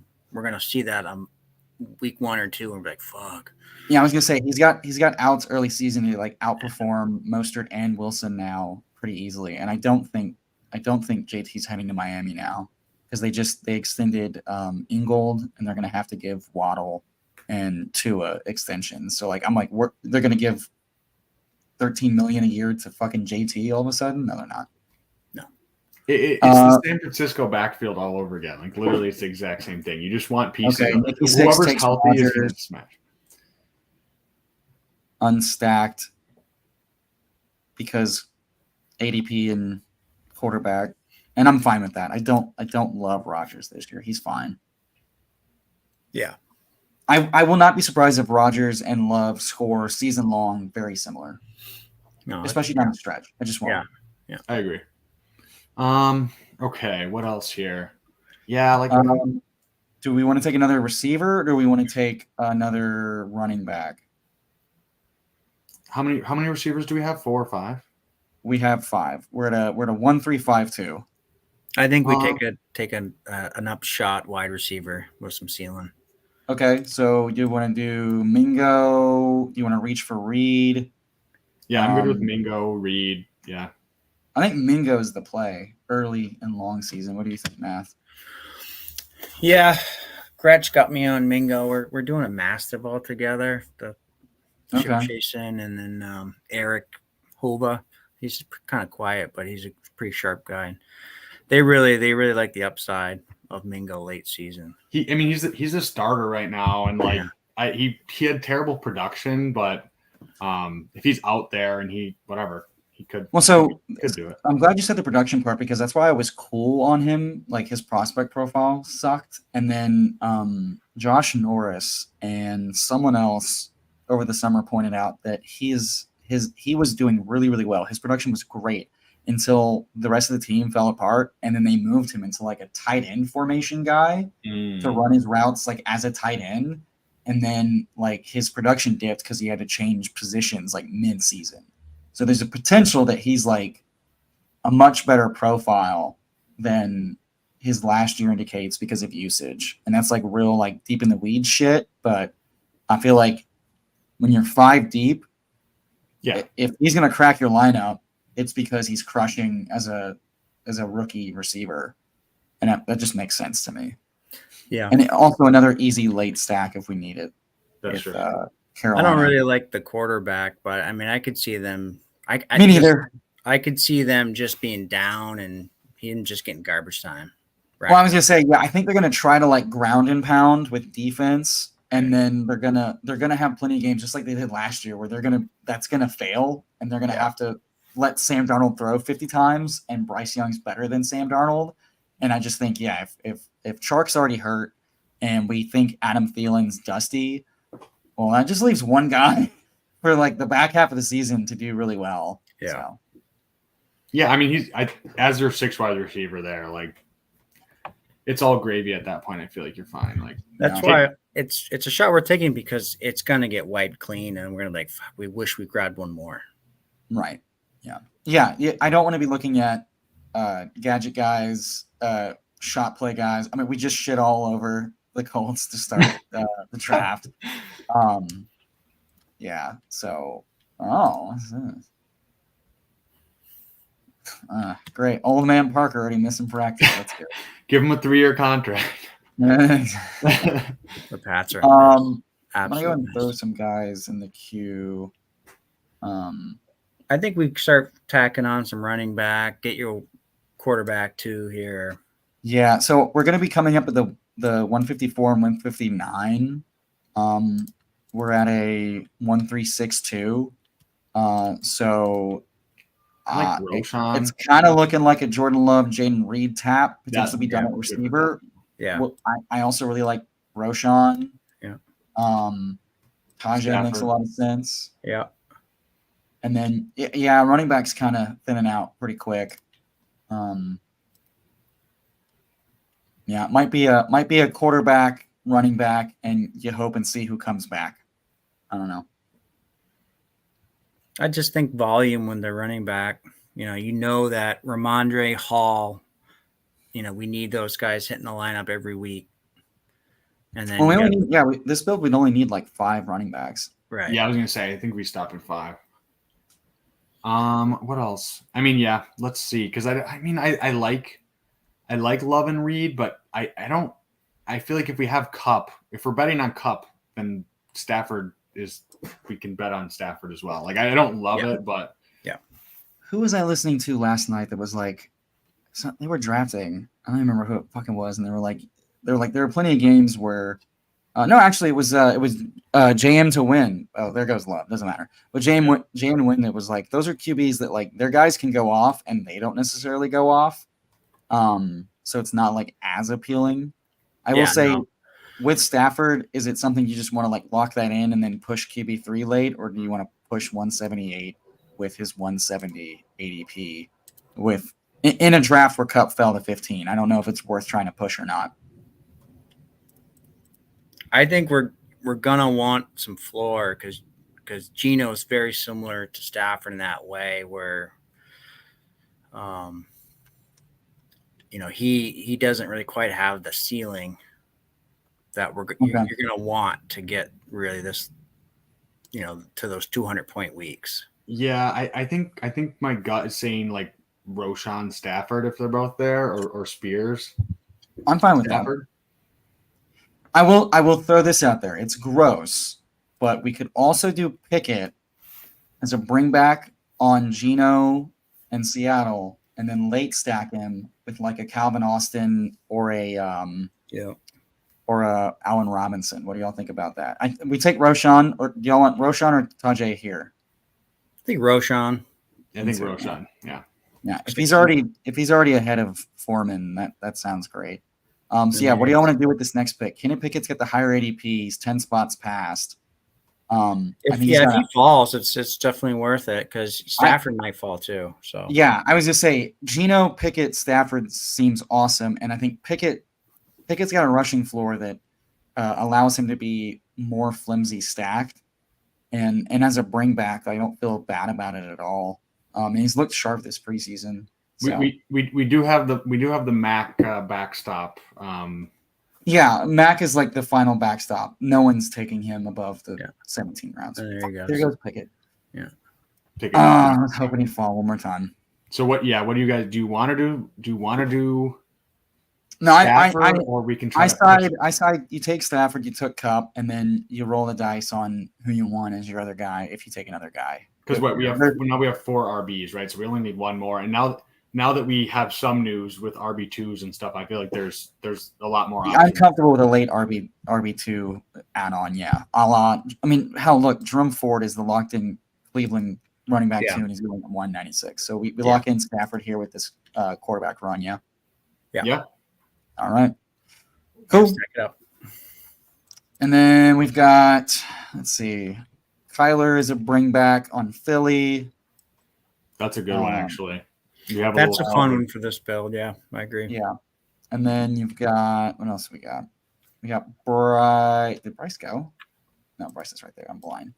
Bryce with Mingo. I don't love it. But he's also got a sneaky rushing floor. And if their line sucks, he just starts running. I think that's fine. Bryce also falls a lot. So if he fell to around Mac, I'd feel comfortable clicking him over Mac. But also Mac's going to start running these RPO things. I don't trust Mac Jones running. Oh no! I just meant I'm talking about like RPOs. Like super high efficiency, and it's just going to be like the Hunter Henry. I follow the Pats, and they are just going to be nothing but a defense, ground it, keep it close. It's going to be so vanilla, so ugly.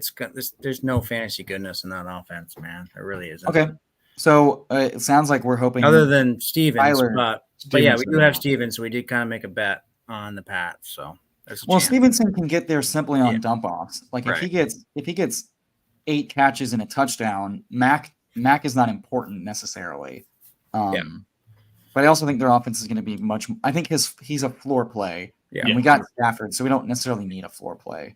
That's why I think Kyler fits this well, because if he does come back, he opens up that ceiling. Stafford covers an early season bye, and then and I think Kyler's back by like week. They're looking like between week 6 and 8, and best case scenario is that Kyler gets traded to a better team mid season. I think it's unlikely, but it's an out. I like Kyler, and then we can do what is Michael Wilson? Where is he going nowadays? I don't see him off the board yet, so let's check. He was there with my last pick last. Yeah, he fell all the way to like my last 18th round pick last time. So yeah, let's think there's some other wide receivers. So you got the Giants guys or bring backs. Yeah, I like Wandale at the end. Wandale goes real late. He's like 17th, 18th. Yeah. Hardy. I like Hardy too as a bring back and a slot receiver for Buffalo. That sounds fun. Yeah, that's a fun pick. So it sounds like we're punting receiver to like potentially the last pick, which I think so. I think we want to make sure that if he falls, we get Kyler. Yeah. Yeah, I agree. I think we're taking 2. We're taking 2 receivers. So yeah, maybe. I want to follow the idea of taking another running back just in case. Oh yeah. So get the right. My math right: quarterback, running back, receiver. 1-1-2. So depending on who's here.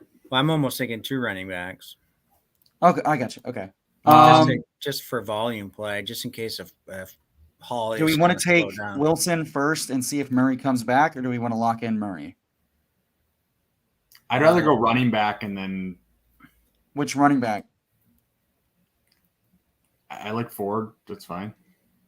What about you, Matt? Well, I just don't want to miss out on Kyler. Okay. Take Kyler and then. I mean, honestly, if we have the other 2 quarterbacks to cover off, like if Kyler just puts up a big rushing game and gives us 25 or 30, that's fine. I should have taken Kyler, but I also don't think the guy that took Jamal Williams as RB2 and took Sam Howell above ADP. I think the casual folks are terrified of Kyler not playing this year. So I feel pretty the comfortable. room. You know the room better than me right now. Yeah, I just back and relaxing here. Yeah, we're playing. I also think. What's that? I said we're playing for week 1. Isn't that where week 1, baby? We're fucked. I also don't like. I think Jerome in the back where he was going is fine. Especially if we're pushing receiver super late. Locking him in there. Yeah. And if that's all we got, I think that's fine. You guys want to hear a fun fact? Hit me. My dad's name is Jerome. Nice. And he's white. My buddy's last name is Jerome, and he is white. Oh, dude, I am running so pure in this room. There you go. Yeah.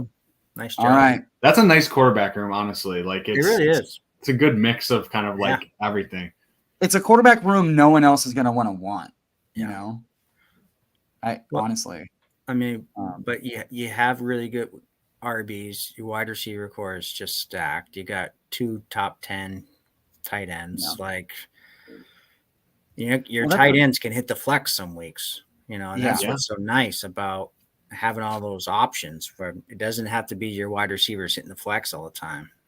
Yeah, and that's the fun thing too. Is if Geno's having the type of season that we double stacked him and took him around early 4, then we rarely need either one of these guys. So we only need them when they're outscoring Geno, which is not going to be hard to do because those are the weeks that Geno has 18 to 20 points. Right. Those are ideally the weeks that Kyler's getting back to running late season or getting his stride in the offense, or that Stafford's running pure on 30-point games. Yeah, I think the Goddard and Njoku combo is probably pretty unique too. I feel like either people are taking them late early and then real late.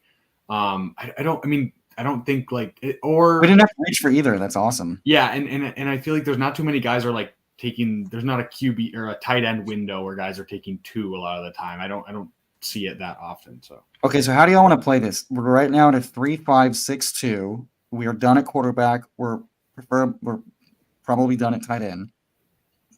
Do we want to split it and go, a 3-6-7-2, or do we want to do a 3-5-8-2? Because we started 2 receivers, 2 running backs, 2 receivers. Yeah. I'm just a little worried about our running backs. Okay.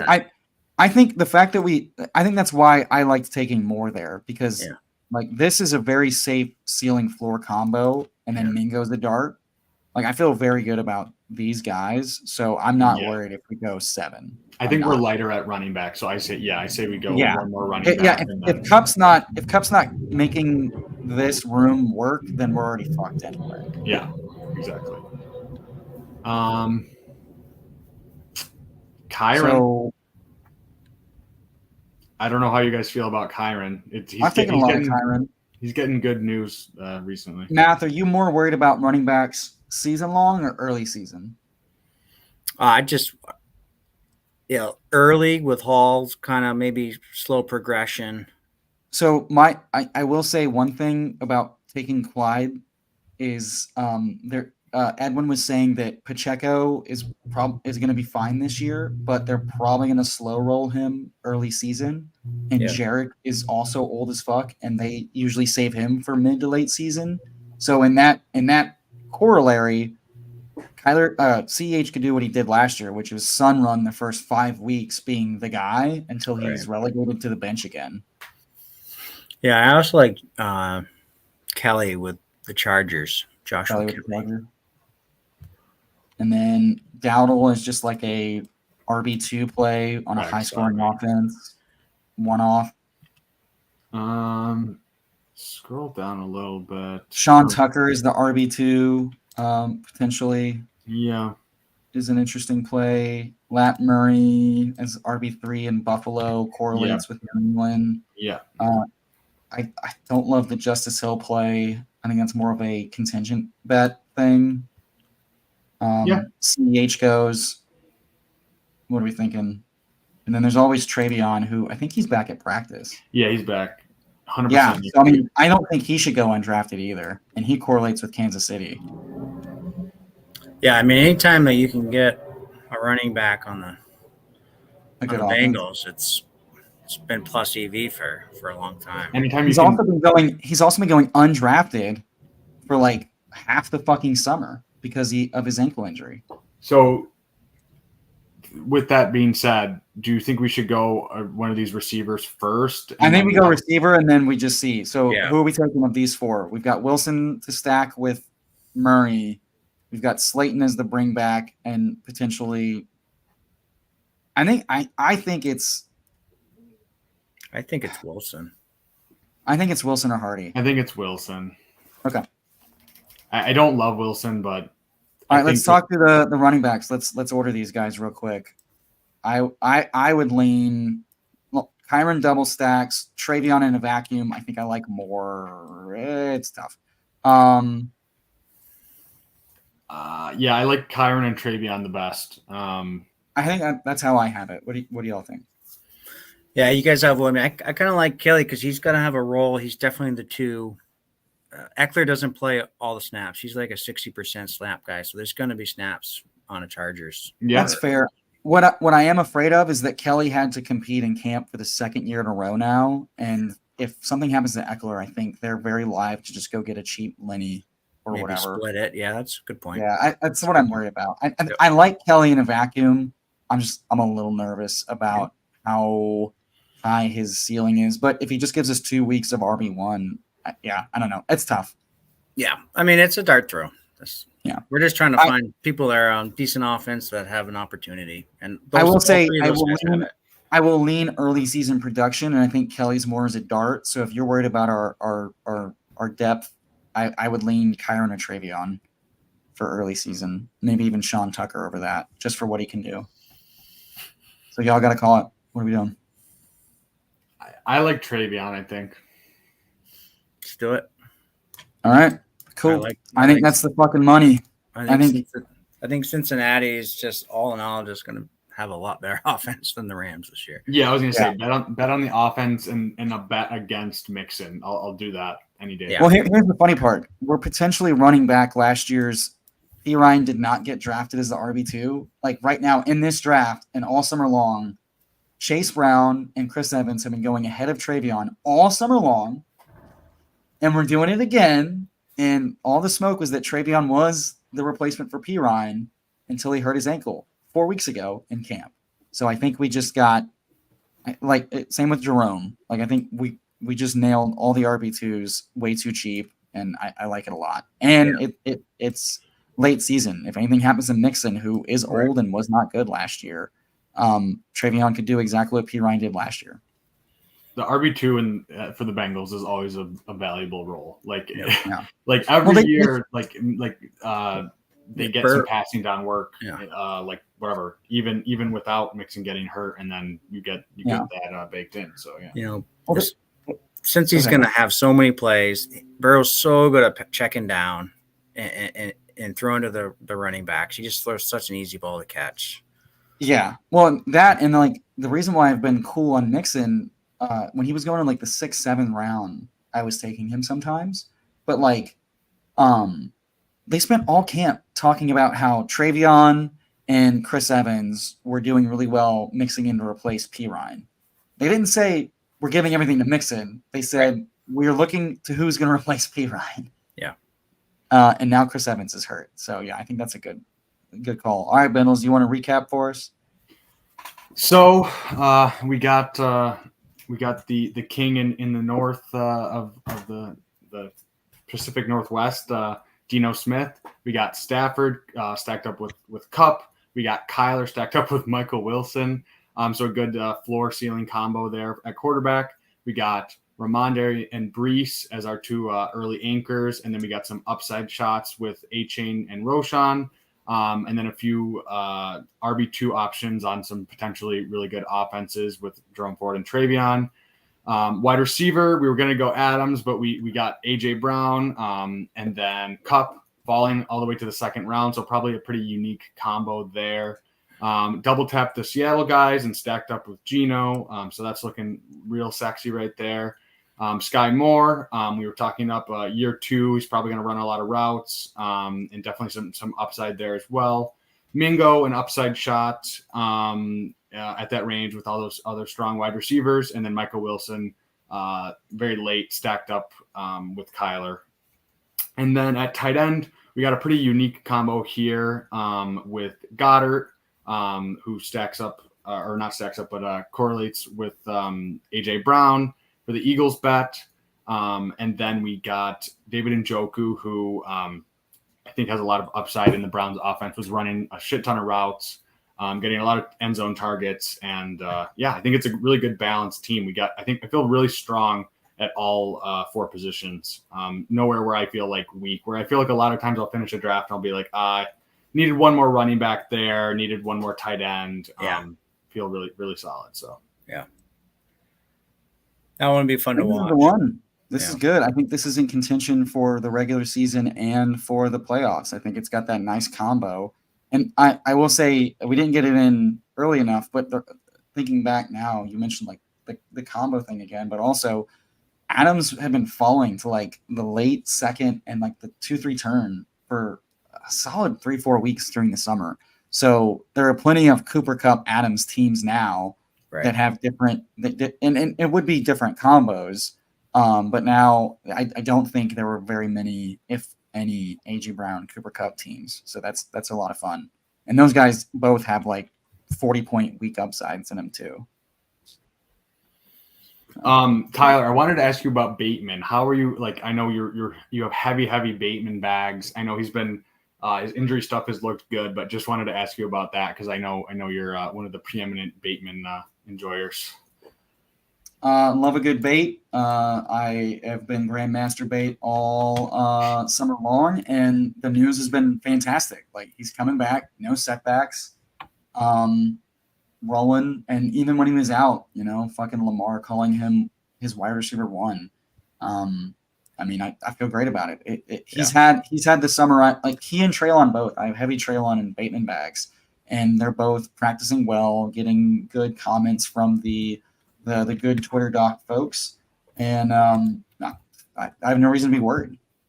I think it's wheels up. Yeah. The good news has not been nuked yet. So unless he pulls his fucking groin next week, we're doing great. Now it looks like his timeline was what we expected, and his setback happened much earlier in camp. So I feel like much like with Mike Williams, the injury scare early was smart to just double down on and buy the dip. Especially, he's still kind of going in the 10th, 11th round. And I think for a guy on that offense he should not be going near OBJ, who has not played football in a long time. I think both those guys, Bateman and Burks, are kind of those examples of like we kind of know that they're healthy at this point, but they're still being pushed down to like that pick 100 range when it's like, why aren't they going in 10 or 15 picks high? Like Elijah Moore, I like, but like I feel like both of those guys should be going ahead of him, and he goes 87 or something. Straight up, Treylon should not be going ahead of Burks. Treylon's on the worst team. He's not as healthy as Bateman. Bateman is healthier right now. Like, Treylon's still rehabbing and practicing. If he makes week 1, that's good. Bateman is all wheels up for week 1 on the better team, and he's displayed the wide receiver 1 upside through 4 weeks before he hurt himself last year. So I do not get why Treylon is going ahead of Bateman and was all summer. That never made any sense to me, especially after Hopkins came in town. Like, Treylon dipping is fine, and I'm taking him. But the fact that Flowers is going ahead of Burks and then Bateman goes 3 rounds later when he's healthy. Yeah, I think that's more just like a Bateman is grossly mispriced than that's market fear, and I'm attacking market fear every time. I have Bateman for BBM for 22.7%. There you go, right on. 25.5. all like right from Jump Street. He was 5th round pick last year. Was he going in the 5th round, something like that? Like 3rd at times. Yeah. Like not much. And I was cool on Bateman rookie year because he was coming off that groin injury and he wasn't practicing healthy, and it was like, well, that's not a good combo for a high run heavy offense. But like Todd Monken in town, there's going to be 1 or 2 receivers every week that are crushing on efficiency. And we saw Marquise Brown like sun run through the first 10 weeks 2 years ago with like a shit ton of touchdowns and dropped 4 that year. Dropped 4 touchdowns and was still wide receiver 4 through like 7 weeks. So Rashad has that upside now in an offense where they're scheming him open. Yeah. I mean, I think Bateman's ceiling caps Andrews a bit. And I think that's very live this year if they stay healthy. So goes to my point why Kelsey's going to kill everybody at tight end. Yeah, I mean, I you're took right. Kelsey and I took Bateman. There you go. Hey, Kelsey Bates, let's do it. Matt, do you guys? I mean, I don't want to keep you guys for too much longer, but do you guys have a couple more minutes? Yeah, sure.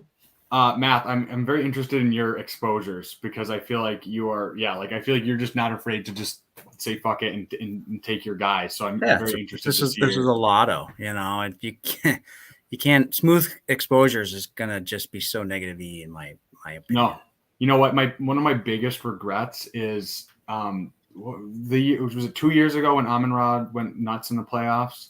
I'm a Lions fan, and I was also just like, I think it was who were the other 2 receivers that were there that year? I don't remember, but I was like, I don't even think this guy is that good, but I'm just like, I think he's going to play and get a lot of routes. And I don't think I played any tournaments other than like maybe I drafted like 5 or 10 like BBMs. I was like, I'd rather spend $5 than $25. I was like doing the like 12-man leagues on Underdog, and I absolutely killed it. Like I don't know how much like my return was, but it was nuts because I had just like 35% or 40% Amon-Ra, and I was like, fuck, like if I just would have played some tournaments, that would have been real nice. Yeah, it was the vet that they brought in. That was Rashad Perriman and Tyrell Williams too. It was Tyrell Williams who got signed to a contract that wasn't healthy, and Matt Kelly was pounding his fist on the table saying, "This is your guy."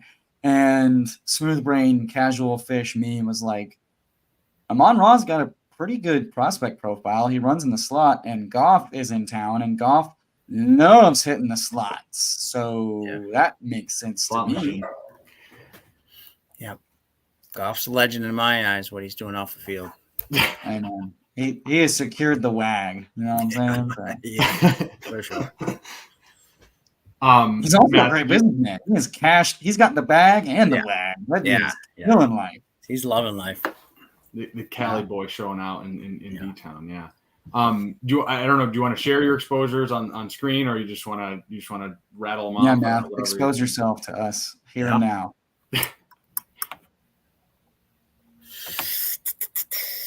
Yeah, so remember, this is back before here. There's no judgment here. That's why I'm asking you, because I'm interested. It's not. There's no shaming here. Yeah.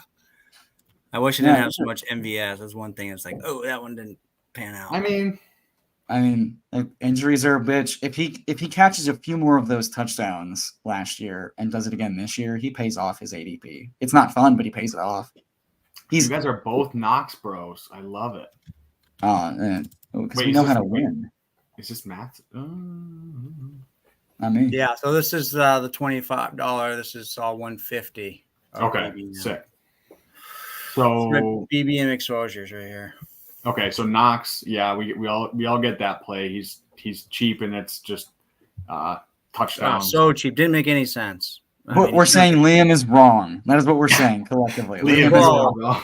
I mean, I started drafting some cookie because I he's a bona fide wide receiver in the slot, but it's like the price on Knox, and he's a decent athlete, and he was like throwing touchdowns 2 years ago. They were like running unique plays for him. And he's going to be out there every snap. So anytime I can get a Buffalo Bill that's out there every snap in the 17th, 18th round, it was just like, sign me up. It's like if they're gonna run 70% 12 personnel, I'm pretty sure that means that Knox is on the field 90% of the time, and that seems #good. That one didn't make any sense to me. We already talked through Bateman, Penny, and Gainwell. I'm assuming that's just Eagles offense, just hoping you bink some touchdowns and just efficiency. That was my one goal. Is like, I want the Eagles rushing attack. I think my Swift is even up there too, above market. I mean, there were plenty of pockets along the summer where it was I cheap got enough to Swift get at all of them. 9.3. So like I'm over market on all three of them. Yeah, I like that. Let's see what else. Foreman. I was on Foreman too. Honestly, I don't have that much, but I think I have a good amount. I have a shit ton, but I think he still hasn't. Like, he made the roster first and foremost, and second of all, if the Colts are actually going to play hardball and fuck around with like the JT shit, and they don't want Zach Moss coming off a broken fucking arm being their RB1, Deonta Foreman for a 7th round pick makes a lot of fucking sense. Could happen. Also, like, injuries, he gets moved. Like, that's a vet that does good and did it last year when he got moved to Carolina. Like, give me that bet. He's cheap enough. Like, fuck it. He was so cheap. I mean, he's even cheaper now. It sucks from what I see, but like he was still mispriced for the opportunity way back when. Well, the fact that now he's going like undrafted sometimes, and it's like he didn't get cut. Like, the rumor was he get cut. He didn't get cut. He's still on the fucking team last time I checked. Yeah, I'm finishing up some of those, like the $6 eliminator, and he's going in the 18th round, and I'm just like, click every time. It's like, what's going on here? Yeah, the second Herbert or Roshan like twist their ankle or they trade him, boom. Like, he didn't die. Yeah, they're still going to run a lot. Like, they're going to pass more, but they're still going to be a run heavy team. He almost kind of reminds me of like the Sony Michel from 2 years ago, where he got, I forget if he got cut or got traded and then he got picked up by the Rams. Like, I feel like that situation could be in play as well for now. But you know what's bullish for Foreman is that Hunt and Lenny are still unsigned. You know, like that's bullish for Foreman because teams are like, nah, we're cool with who's on other people's rosters. Like, Gaskin just got signed before fucking like Lenny and Hunt did. So like, that's wild. I'm pretty sure the guy that got paid not that much by the Bears is going to get paid not that much by anybody else if he gets moved, and he still has the injury upside. Yeah, Lenny and Hunter, they're just waiting for an injury, and then they want to cash in some, like, at least get $1 million contract or something. They're just like, tell me what's more of a lock than this. McKinnon pulls his ass. He's out 4 weeks, and they hate CEH, and they're like, all right, Lenny, time to run this fucking dusty vet shit back again to the Super Bowl, and it fucking pays off. Like, how locked and loaded is that? Lombardi Lenny. Yeah, it's going to happen. They're all going to be on teams by week 4. I don't know if Hunt will, but I'm almost guaranteeing that Lenny will be on a team by like week 6. Yeah. You know what? Even Darrell Henderson, like, I feel like I don't even know. Like, I know he's pretty ass, but like even him, I feel like the same thing could. I don't. He's no Lenny, but like Henderson did something. Like, he has been buried by the cocoon, so he fucked somebody's wife. No, that dude has been buried. That's not a best ball take at all. I just there's just so many somebody's balls take. Yeah, so here's my quarterbacks. I'm always big on Josh Allen and Herbert, Mahomes. Purdy probably when it was really cheap, right? So that's I was grabbing Purdy in the 18th start of it. 9% Jalen Hurts is pretty good.